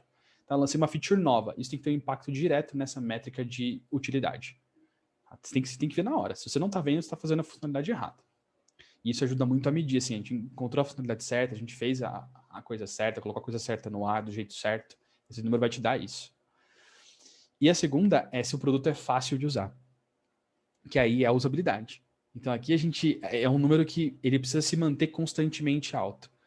Para que ele serve? Se você fizer o primeiro MUX, se esse número for baixo, você tem uma identificação que temos um problema claro de usabilidade. Precisamos resolver. E o SESI e o CSAT vão ajudar a identificar onde está, porque o MUX ele é feito para o produto inteiro. Então você mede a média de tudo que você está fazendo no produto aqui. Então ele ajuda muito na funcionalidade, porque não tem outro jeito de medir uma coisa nova com relação ao todo se você não tiver um baseline. Tipo assim, ele atendia 50% das minhas necessidades e agora ele atende 60%. Legal, você tem um aumento claro aí. Essa funcionalidade contribuiu para a percepção do usuário do seu produto. O fácil de usar, pode ser que ele atenda, sei lá, a 30% das minhas necessidades, mas ele seja incrivelmente fácil de usar, 100%. Aí eu coloco uma funcionalidade nova, que agora atende pra caramba a minha necessidade, mas eu derrubei a usabilidade, porque ela é super difícil de usar, porque a gente fez super rápido. Então, é um balanço fino dessas 2 coisas, por isso que elas são tão importantes. Tá? Então, assim, vocês têm que medir, façam a primeira medição, entendam essas 2 coisas. O primeiro se vocês sabem que é um produto novo, que tem vários gaps, ele provavelmente vai ser baixo, e tudo bem. Tá? Vocês têm que conseguir, a partir daí, colocar features novas e ver que elas estão realmente fazendo diferença com esse número aqui mexendo. E ser fácil de usar, esse número que tem que ser alto. Se ele não for alto, tem um problema hoje, precisa encontrar esse problema hoje para resolver. E uma vez que ele ficar alto, você precisa trabalhar para mantê-lo alto, mesmo colocando features novas, aumentando a complexidade do produto. Tá? Como é que a gente faz? Essa é a perguntinha que a gente faz no iFood. Então, quando o parceiro abre a ferramenta, essa é a perguntinha que ele vê. Então, o portal do parceiro é o nome da ferramenta, né? Era pelo menos o nome da ferramenta, a gente está repensando os nomes e tal, mas os parceiros conhecem ela, os restaurantes conhecem ela como portal. Então, a gente pergunta, o portal tem funcionalidades que atendem às minhas necessidades, de discordo para concordo, e o portal é fácil de usar, de discordo para concordo. E aí aqui tem uma matrizinha para falar, tá bom, quando a gente coloca isso no gráfico, o que quer dizer? Então, se você olhar o Photoshop, por exemplo, a usabilidade do Photoshop é tenebrosa. Assim. Pega uma pessoa e fala assim, tá bom, ó, insere, edita uma foto, corta uma foto. Se ela nunca usou Photoshop, ela vai ficar semanas tentando fazer aquele negócio, ou procurar na internet e não vai conseguir. Isso quer dizer que ele é inútil? Muito pelo contrário. É uma ferramenta extremamente útil. E para o Photoshop, talvez eles falem, não, tudo bem para a gente estar aqui. Tá tranquilo. Aí você vai olhar, sei lá, o Google Docs, que pode não ser tão útil quanto o Photoshop, mas a usabilidade dele é muito boa. Você aperta um botão, ele abre, você está com o cursor no texto, começa a digitar, aumenta o tamanho da fonte, diminui, tá tudo fácil. Se olhar, o iCloud era difícil de usar e pouco útil, por exemplo. Aí são números reais, de pesquisas reais, tá? Tem um link aqui, ó, vocês podem ir lá e depois ver o estudo completo.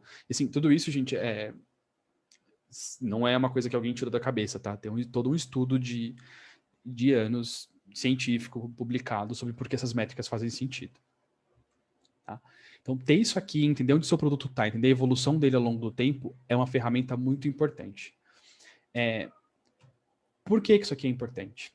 Porque isso aqui tem uma correlação direta, vocês podem ler no artigo também sobre isso, com o NPS. O que isso quer dizer? Se eu aumentar o MUX Lite, eu sei que eu vou aumentar o NPS. Pode ser que no final das contas, o NPS da empresa, do produto, caia depois de um ciclo. Porque a gente fez uma cobrança dobrada, a gente conseguiu resolver e deu problema, e o NPS vai cair e faz parte. Mas você consegue diferenciar, aqui é especificamente o trabalho de design de produto, em escolher as features certas e garantir uma boa usabilidade. Então é por isso que isso aqui é tão poderoso, e esse é o tipo de métrica que tem que estar na cabeça de vocês. Tá? O grande problema do MOOCs é que ele é muito generalista, ele fala do produto inteiro. Então, vou apresentar para vocês agora na sequência 2 que podem falar de partes específicas do produto. Tá? Alguns de vocês podem ter ouvido falar de uma coisa que chama SUS, que é o System Usability Scale. É muito bom, só que é esse questionário aqui, que quando você colocar isso aqui num produto para a pessoa responder, a chance é 0 de você ter respostas consistentes ao longo do tempo. Na 8ª eu já não aguento mais responder.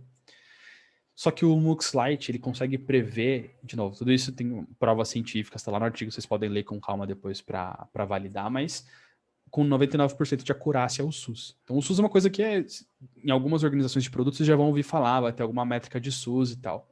Então o MOOCs Lite é muito próximo do SUS, tá? Então, eu acredito que de tudo que eu li, o MOOCs Lite funciona muito melhor, especialmente no contexto de medir ao longo do tempo num produto sólido.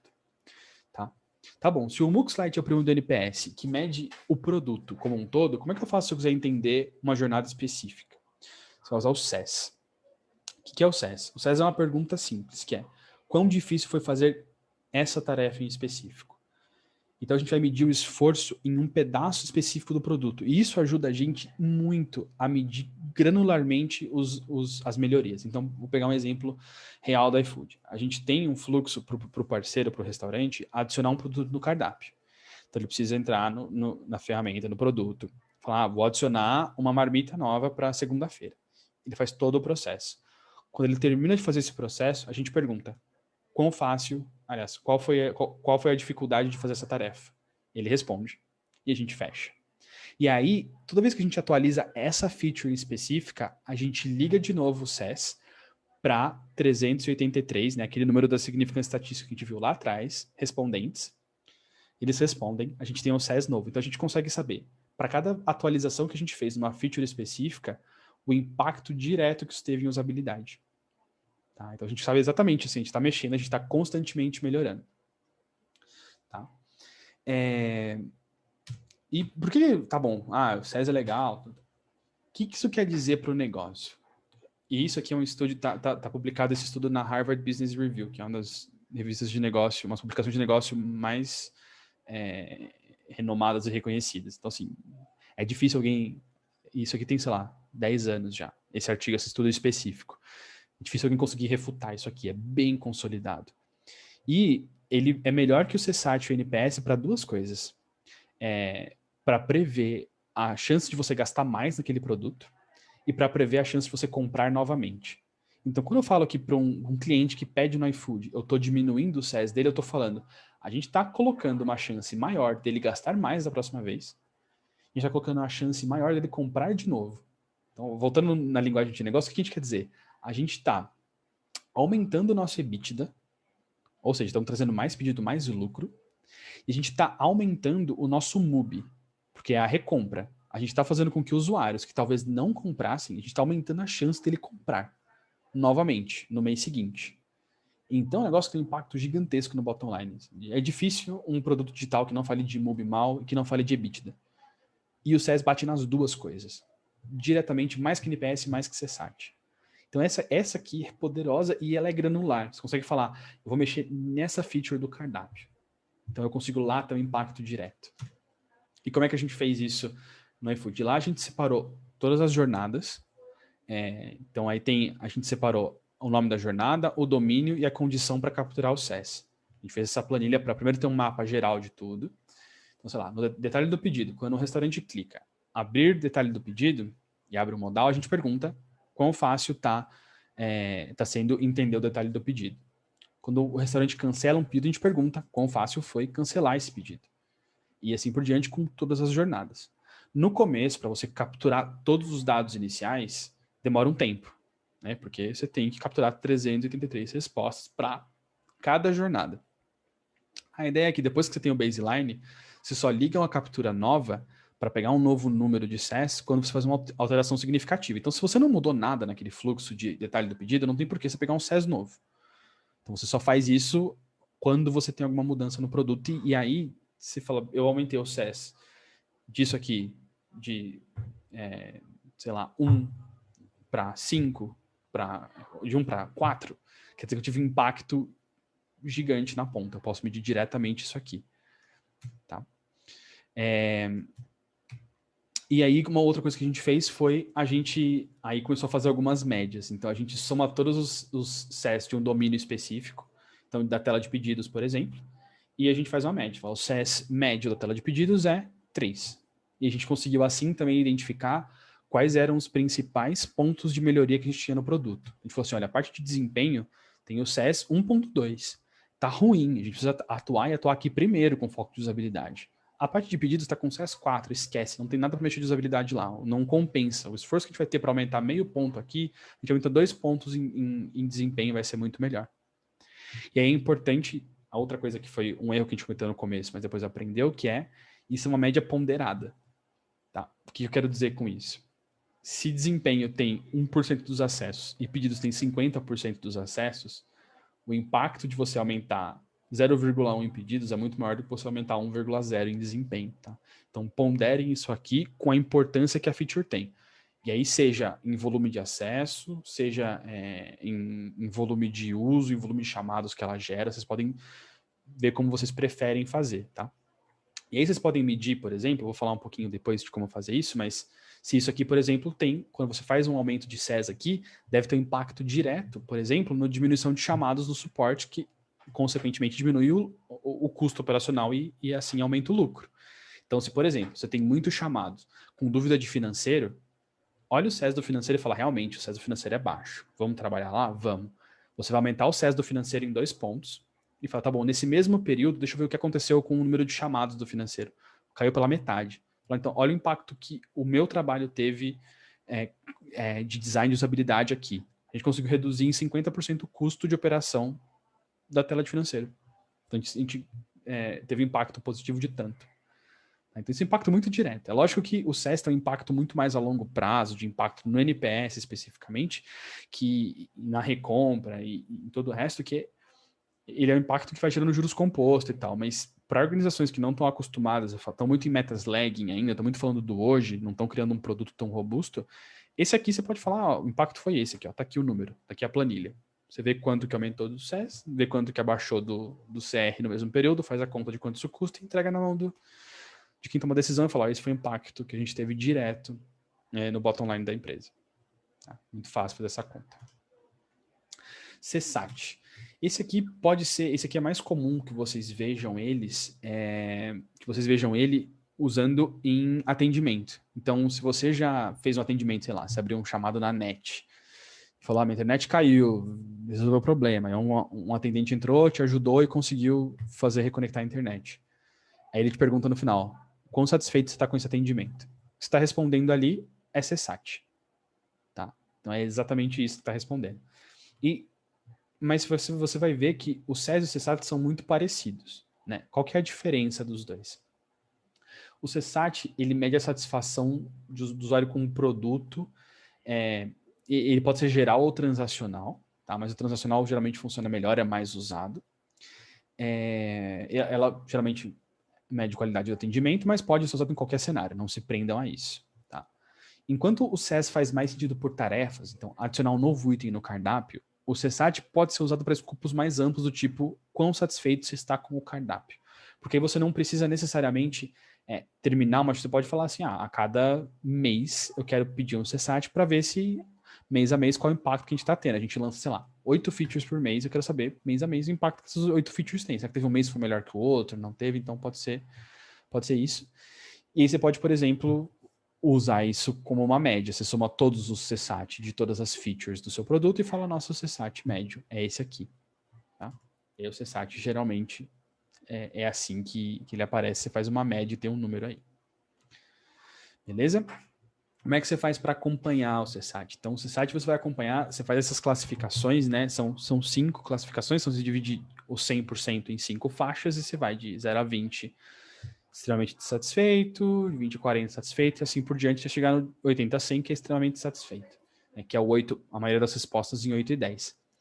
E aí aqui você consegue acompanhar ao longo do tempo. O que tem que acontecer? A barrinha azul tem que aumentar, a barrinha verde tem que aumentar, e as outras tem que diminuir.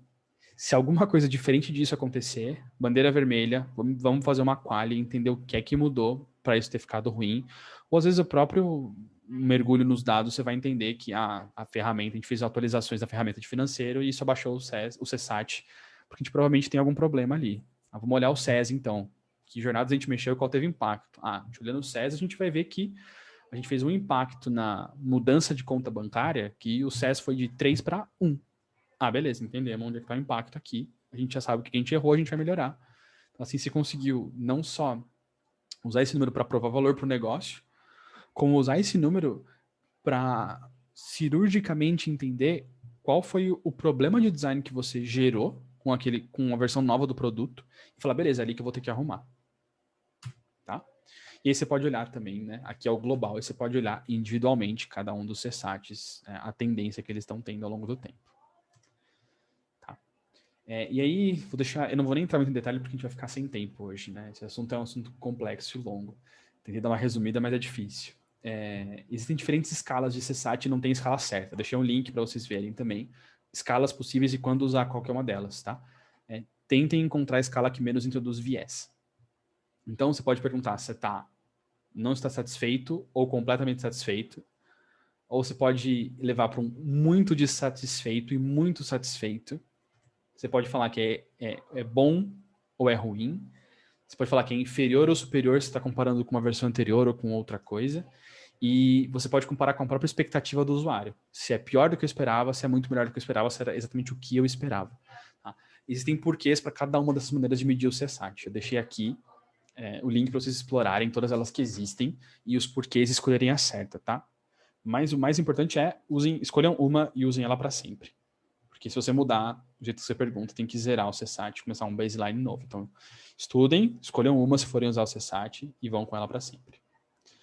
Tá bom? Então, esses são os números. Agora eu vou tentar ajudar vocês a entender como pensar, encontrar esses números e como é que vocês podem aplicar eles na prática. Tá? Eu vou falar de 2 coisas com vocês, então. A primeira delas é frameworks. O que é um framework? Ele é uma caixinha de ferramentas para te ajudar a encontrar as métricas certas, tá? E eu vou falar de algumas ferramentas que a gente usa no iFood no dia a dia para operacionalizar essa captura, análise e acompanhamento dos indicadores. Porque não adianta nada você ter a pergunta lá se você não está acompanhando semanalmente, diariamente, ou a cada lançamento, por exemplo, o que está acontecendo e entendendo o que está acontecendo. Tá? Framework. Então, o que é um framework de métricas? Eles são... Não existe um framework certo, como tudo que a gente fala aqui sempre. Não tem certo e errado. Tem o que funciona para o seu contexto. Então, eles vão te ajudar a definir quais são as coisas que você vai ter que escolher para o seu produto, para você não esquecer de nada, e como é que você faz para escolher isso, como é que você chega lá. Tá? E os frameworks não são um fim, eles são um meio. Essa é uma ferramenta para te ajudar a pensar, mas não precisa se limitar a elas. Tá? Muitas métricas não vão ter contrapartidas diretas em design. Então, por exemplo, se a gente fala lá de redução de taxa de contato, de contact rate, isso não tem um impacto direto em design. Fala, beleza, a gente pode reduzir isso, sei lá, aumentando a eficiência do operador. Eu coloco operadores mais experientes e vão melhorar a CR. Então, vocês vão precisar encontrar, como a gente falou de 4 exemplos, né, 3 mais práticos, o MUX, CES e CSAT, métricas de design que vão correlacionar com essas métricas do negócio e vão impactá-las diretamente. Tá? Então, vou dar um exemplo com ativação.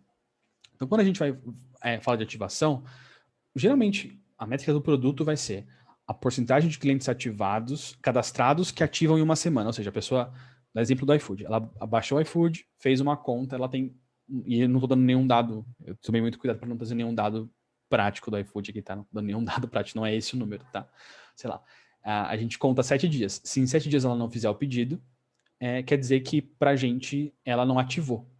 Então esse pode ser um indicador que o produto fala assim, a gente quer ativar essa pessoa em 7 dias. Você pode fazer isso de várias maneiras. Você pode fazer isso, por exemplo, dando uma promoção, um cupom para os primeiros 7 dias, que não tem nada a ver com design, mas estratégia de produto, de marketing, para ativação. Mas design pode ter impacto nisso. E é aí que eu quero que vocês aprendam a usar esses indicadores para medir, que é, beleza, eu vou medir o SES da jornada de ativação. Porque eu quero abaixar, pode ser que tenha alguma fricção nesse caminho, seja no carrinho, seja no cadastro, em qualquer coisa, que esteja deixando com que o usuário, por uma falha de usabilidade do produto, não consiga ativar. Então esse é o meu impacto. Você como designer, seu impacto, uma métrica específica como essa é encontrar esse viés, que é o que na experiência do cliente com o produto eu posso mudar que vai impactar diretamente essa métrica de produto que eu tenho para mexer. Tá? E aí eu vou falar de 2 frameworks para vocês. O primeiro é o AR, que é a métrica do pirata, e depois o Heart, que é o mais famoso. Tá? Então o AR, se vocês estiverem numa startup ou num produto novo que vocês estão lançando, esse talvez seja o melhor para ajudar vocês a pensar. Tá? Então ele passa por 5 passos. Aquisição, que é como os clientes chegam até você, chegam na landing page, fazem o cadastro. Ativação, que é do cliente conhecer o seu produto até ele entender como ele funciona, fazer uma compra, aí o conceito de ativação muda de um para o outro, no iFood, por exemplo, vai fazer uma compra. Retenção, que é quantos clientes você está retendo ao longo do tempo. Então, assim, durante 6 meses, qual que é a retenção que você tem? Né, dos clientes que compraram, que foram ativados. Referral, que é dos que estão retidos. Quantos deles se tornam pessoas que vão ajudar o seu produto a crescer organicamente? E disso, como é que você pode aumentar a sua receita. Tá? Então, assim, eu não vou nem entrar em muito mais detalhes sobre o AR, porque ele não tem muito mais detalhe para entrar, ele é só um jeito para você pensar e não esquecer de fazer nenhuma dessas coisas. Assim, óbvio que eu estou simplificando, tá, gente? Tem artigos explicando como é que usa, a gente fazendo vídeo, a gente dando curso de 8 horas só sobre esse framework. Então, estou simplificando tudo para vocês terem uma base para aí poderem começar a entender mais sobre cada coisa, tá? Mas o AR é isso, basicamente ele te dá essas 5 coisas para você pensar como um funil, então cada uma alimenta a outra, tá? E funciona muito bem para um produto inteiro. Então é difícil você fazer o AR, a métrica pirata, para, por exemplo, eu quero entender as métricas do cardápio, por exemplo, no caso do iFood lá, eu quero fazer as métricas só para isso aqui. Difícil, porque você não vai ter aquisição, você não vai ter ativação, talvez tenha retenção, ninguém vai recomendar a ferramenta de cardápio, e aí revenue sim, você pode medir melhor. Mas ele quebra. Se você não está olhando para o produto como um todo, ele quebra. Tá? Mas se é um produto novo, se é uma startup, vai fundo, ele é muito legal, ele é muito simples, funciona super bem para começar. Qual que é o outro? E esse aqui funciona melhor para um produto mais maduro, ou, por exemplo, você quer pegar um pedaço do produto como cardápio e fazer métricas para ele, que é o Heart. Ele mede felicidade, engajamento, adoção, retenção e task success, sucesso, taxa de sucesso. Tá?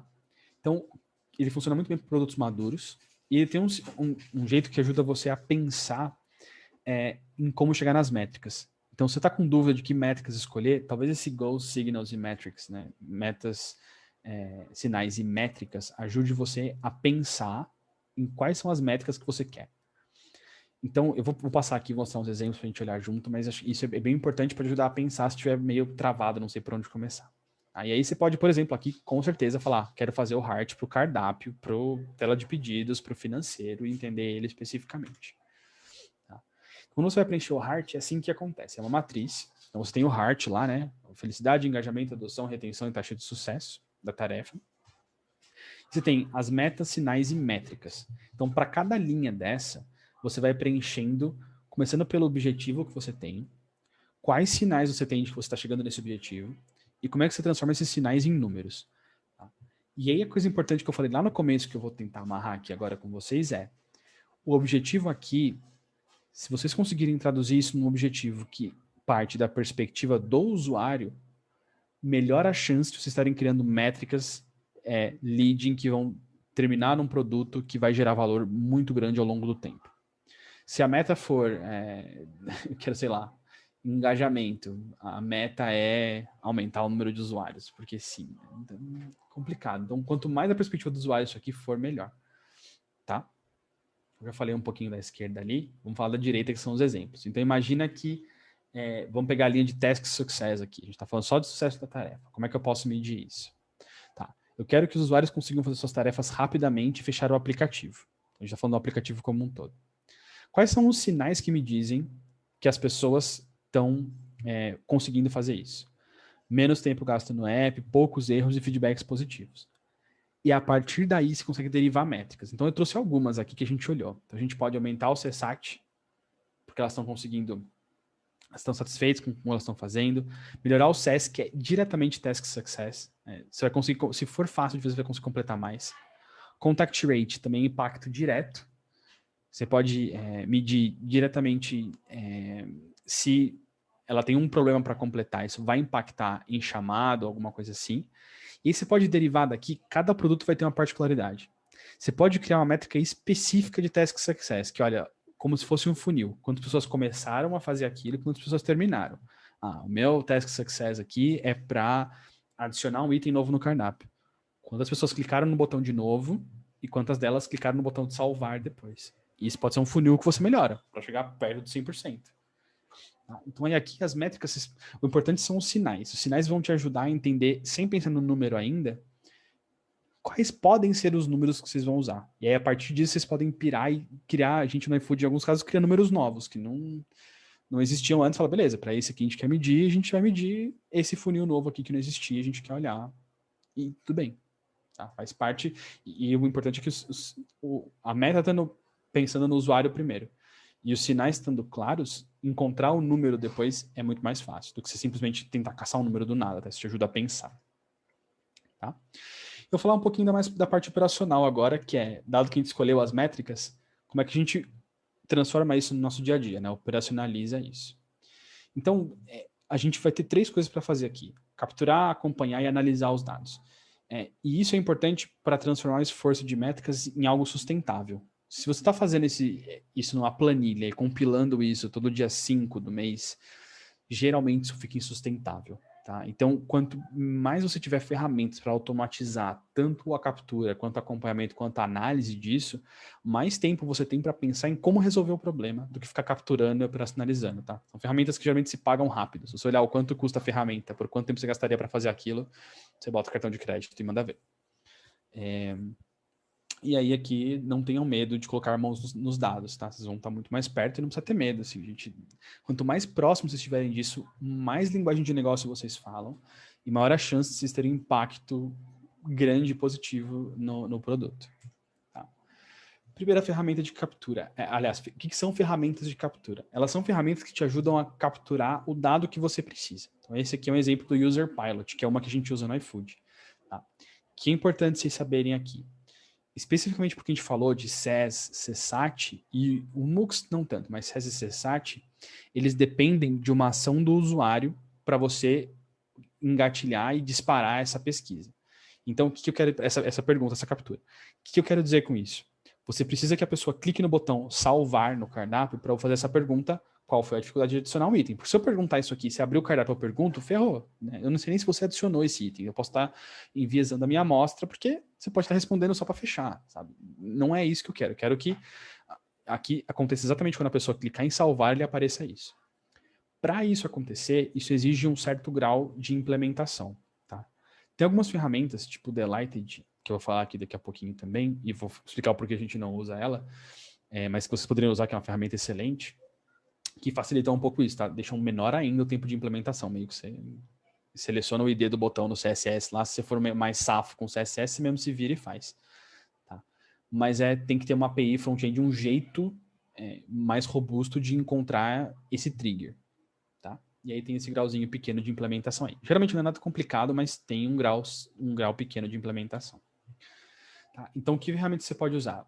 A gente no iFood usa uma que chama User Pilot, e a gente usa isso muito porque a gente já usa para outras coisas. A gente usa isso para o suporte, uma jornada de busca que a gente tem. A gente faz uma ajuda guiada. Quando o parceiro vai lá na página de ajuda e fala, eu quero trocar o valor do meu item. A gente faz um passo a passo de onde é que ele faz para chegar lá.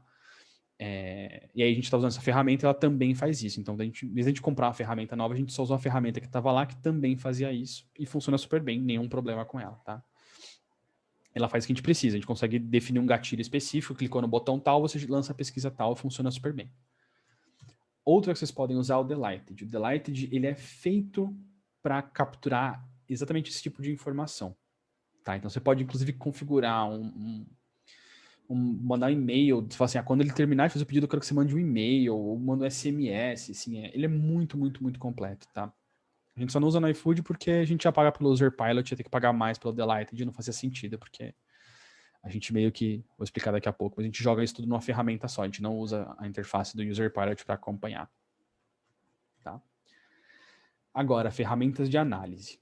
Então isso aqui, não adianta nada capturar se não puder acompanhar. Quais ferramentas de análise são fáceis de usar? A primeira delas, e pode parecer besteira, mas não é, uma boa planilha de Excel ajuda, especialmente no começo. Então, você conseguir fazer de um jeito que você tenha 30 segundos de trabalho, que a ferramenta captura automaticamente e gera um CSV para você, um arquivo que você consegue importar aqui. Você importa no Excel, você preparou uma planilhinha que vai lá, faz o cálculo e te mostra um gráfico da evolução do CES. Aí você mantém isso aqui. No fim do ciclo de trabalho, você vai falar, isso aqui foi o nosso impacto, a gente aumentou em tanto o SES e tem uma correlação direta com o NPS, beleza. Tá? Mas esse é o jeito mais simples de fazer. Tá? Como é que a gente faz no iFood? Tá? Esse aqui, aliás, esse é um jeito um pouco melhor. Se vocês têm o Power BI, dá para pegar uma planilha que esteja no Drive, na nuvem do Office 365, e automaticamente puxar um dashboard dela, tá? Alguém de data, se vocês tiverem algum amigo, algum conhecido, alguém do time em data, o pessoal provavelmente sabe usar isso aqui. É super fácil também, não tem nenhum... Gente, de verdade, não tem nenhum segredo, é arrastar e soltar. Você faz no tutorial no YouTube, aprende rapidinho a mexer, você monta um dashboard simples, tá? Mas no iFood que a gente usa o Tableau. Então esse aqui é um exemplo real lá dos nossos chamados. Tá? Então esse aqui é o gráfico de chamados que eu acompanho semanalmente junto com o de SES. Então a gente consegue, na verdade, o Tableau é bom que no tamanho que o iFood tá, a gente já faz sentido a gente juntar todas as fontes de dados que a gente tem, Salesforce, User Pilot, num lugar só, que é o nosso Data Lake. E a gente tem essa ferramenta que é o Tableau, que é meio que um Excel que foi para academia, ficou gigante. E a gente usa ele lá para criar análises a partir disso. Tá? E aí você pode ter ferramentas para aprofundar. O NPS caiu 20 pontos, quero entender o que aconteceu. Fiz análise de média, moda, mediana, tá bom, entendi e tal. O que você pode fazer? Recomendadíssimo, a gente usa Hotjar. Teve um impacto, o SES dessa jornada caiu 1 ponto quando a gente colocou a versão nova no ar. O que você faz? Grava. Lançou uma feature nova, grava o que está acontecendo. Vai conseguir ver os recordings lá. E depois vai entender, falar, entendi. Então esse botão aqui nesse canto ninguém está conseguindo usar. Você economiza um tempão. Obviamente, né? Façam todo o processo de design. Façam um teste de usabilidade, resolvam e tal, mas nem tudo você pega no teste de usabilidade. O que você não pega no teste de usabilidade, você vai pegar no Hotjar. Isso é muito útil, a gente paga com gosto. Esse aqui tem muito, muito uso pra gente. Tá? E se estiverem usando o app e o Xcam, mesma coisa, só que ele funciona nativo. Tá? O Hotjar funciona na web e o Xcam funciona nativo. Tá? E aí tem um último que é, se vocês já passaram, você pega uma pesquisa de NPS, e o NPS caiu 10 pontos. Você fala, o que será que fez o NPS cair 10 pontos? Eu entendi que a gente tem muito mais detratores. Como é que eu posso entender dos comentários que as pessoas colocaram o que elas estão reclamando que fez cair o NPS 10 pontos? Tem 2 jeitos de fazer isso. Você pode pegar as 400 respostas e na mão classificar elas para uma planilha de Excel. Eu já fiz isso, funciona. Não é legal. Fica chato muito rápido e você não vai querer fazer essa segunda vez. Hoje tem ferramentas que fazem essa análise para você em segundos. Uma delas é um pouco caro, tá? $300 por mês, não é barato. Para 10 mil consultas, se não me engano. Mas traz insight incrível, assim. Então, você consegue marcar umas linhas no Excel, no Google Sheets, né? Você vai lá no Monkey Learn e fala, eu quero fazer uma análise de sentimento aqui, ou quero fazer uma extração de radicais. O que ela vai falar? Ela vai falar assim, análise de sentimento e extração de não é radicais o nome, eu esqueci o nome, mas ela extrai as principais extração de tópicos. Você vai falar assim, olha, os tópicos foram financeiro, pedidos, cancelamento, e o sentimento financeiro, o sentimento foi positivo, cancelamento, o sentimento foi de raiva, e aí com isso você consegue pegar uma informação super desestruturada, que é texto, e em alguns minutos entender exatamente o que é que está acontecendo ali, tá? Então é caro. Não achei ferramenta barata que faça isso bem ainda, mas vale muito investimento, tá? Especialmente quando você tem um problema desse que você não entende o que está acontecendo, quer entender rápido. Só que te ajuda a pegar uma análise, comentários e extrair dali as coisas mais importantes. Tá bom? E agora umas diquinhas do que eu aprendi de como começar e a gente fecha por hoje. Então, vou dar 3 dicas rápidas para vocês. Quais são as métricas certas para vocês começarem? Comecem pequeno e encontrem as dores do negócio. Tá? O que eu quero dizer com as métricas certas? Comecem pelas métricas em que design pode ter um impacto mais direto. E aí, gente, vocês podem encontrar qualquer métrica, e todas elas fazem sentido, vocês podem estudar, descobrir uma métrica nova. SES e CSAT são figurinha carimbada. Assim, é difícil você não conseguir encaixar o SES e o CSAT. O CSAT tem uma grande chance do pessoal que trabalha com CX na sua empresa já estar usando, então você pode pegar a carona com eles e usar também e trabalhar, por exemplo, na mesma métrica para melhorar a ferramenta de atendimento, de chat, de chamados. E o SES vocês conseguem implementar super rápido, medir super rápido, ele tem impacto direto. Você pode falar de, sei lá, de eficiência do produto, diminuir o número de chamados, vai ter impacto direto com o SES. E aí o número começa a ganhar corpo. Ele vai começando a não precisar mais do CR ou de outras métricas. E o sonho e a gente não chegou no iFood ainda, claro, mas o sonho é a gente ter métricas como o SES e CSAT como métricas da empresa. Fala assim, o objetivo desse grupo de pessoas aqui é aumentar o SES desse produto em 1 ponto. Show de bola. Aí a gente conseguiu chegar onde a gente não precisa mais justificar. Elas se provaram tanto com as correlações que elas criaram que elas ganham importância solo, tá? E aí tem outras métricas que elas talvez não sejam as melhores para começar, mas que vocês puderem começar a capturar. Não precisa fazer nada com elas por enquanto. Mas começar a capturar para quando o SES e o CSAT derem resultado, vocês terem outras ferramentas no arsenal, que é o MUX Lite e o NPS.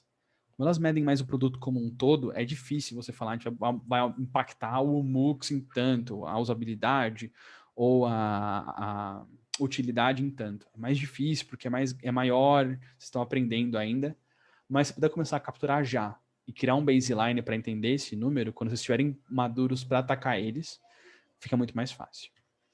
Tá? Comecem pequeno. Vocês podem cometer o mesmo erro que eu cometi quando comecei a trabalhar com o SES, que é me empolgar. E aí eu fiz uma lista, uma planilha gigante, com 70 e tantas jornadas, só de um dos produtos, um pedaço do produto. Eu vou medir tudo, porque a gente vai fazer e tal. Grande erro. Não consegui fazer nada, não consegui movimentar nada. Qual foi o aprendizado disso? Eu vou encontrar um lugar que vai ter mais impacto. Então eu olhei falei, deixa eu dar um passo atrás, não funcionou, o que eu vou fazer? Falei, bom, o SES tem impacto direto no contact rate, ou seja, eu vou diminuir o número de pessoas que precisam abrir um chamado para reclamar desse produto. Tá, como é que eu vou provar isso? Como é que eu vou primeiro entender se isso é verdade e segundo provar isso para o negócio? Qual é a ferramenta que gera mais abertura de chamado? Eu olhei lá, falei, bom, é essa aqui. Então tá bom. Então eu vou medir o SES dessa ferramenta, entender ele e aumentar esse SES e ver se o CR diminui. E isso abriu a porta para o resto. Quando você começa a trazer uma métrica nova de um pedacinho, começa pequeno, e aí você entende. E aí eu fui onde doía mais no negócio, peguei uma feature específica e falei, isso aqui gera muito chamado, a gente vai diminuir esse chamado. Entendi onde estava o problema, resolvi, dali para frente fica muito mais fácil. Porque aí as pessoas começam a entender, falar, aquilo que você fez lá, aquela feature fazer nessa também, não, show de bola, vamos fazer. Aí começa a melhorar, tá? Então, eu me empolguei, porque eu vou estudar isso aqui, nossa, vai ser legal pra caramba fazer para tudo. Você vai fazer para tudo, mas no começo é novo para todo mundo. Então, você precisa provar que isso aqui faz sentido. Começa onde dói mais. Tá? E aí, como encontrar as dores, que isso eu falei de, deixa eu ver onde posso ter mais impacto com o SES. E era no que tinha mais chamado. Tá?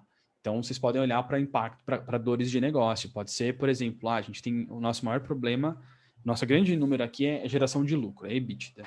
E a gente tem um problema que a gente hoje não está ativando usuários suficientes. A gente gasta um dinheirão para trazer gente para nossa landing page, mas nossa landing page não converte. Tá bom, então você precisa olhar para a landing page e falar, tá bom, disso que a gente conversou aqui de métricas hoje, quais são as métricas que vocês podem aplicar na landing page? Então pode ser o SES do fluxo de cadastro, as pessoas param o cadastro no meio, vamos olhar para o SES desse fluxo aqui, ou de cada passo em específico, por exemplo. E aí vocês podem melhorar isso e começar a impactar. Então, a grande sacada aqui é encontrem aonde está dentro do negócio. Se vocês conseguirem mostrar que o trabalho de design tem um valor ali, vocês vão abrir uma pancada de portas dali para frente e ficar muito mais fácil. Aí você vai ganhando juros compostos nisso também. O impacto que você está tendo vai abrindo mais portas.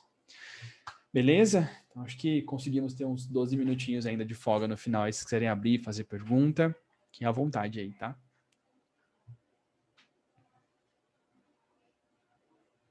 Querem mandar no chat também, fiquem à vontade. Muita coisa, hein?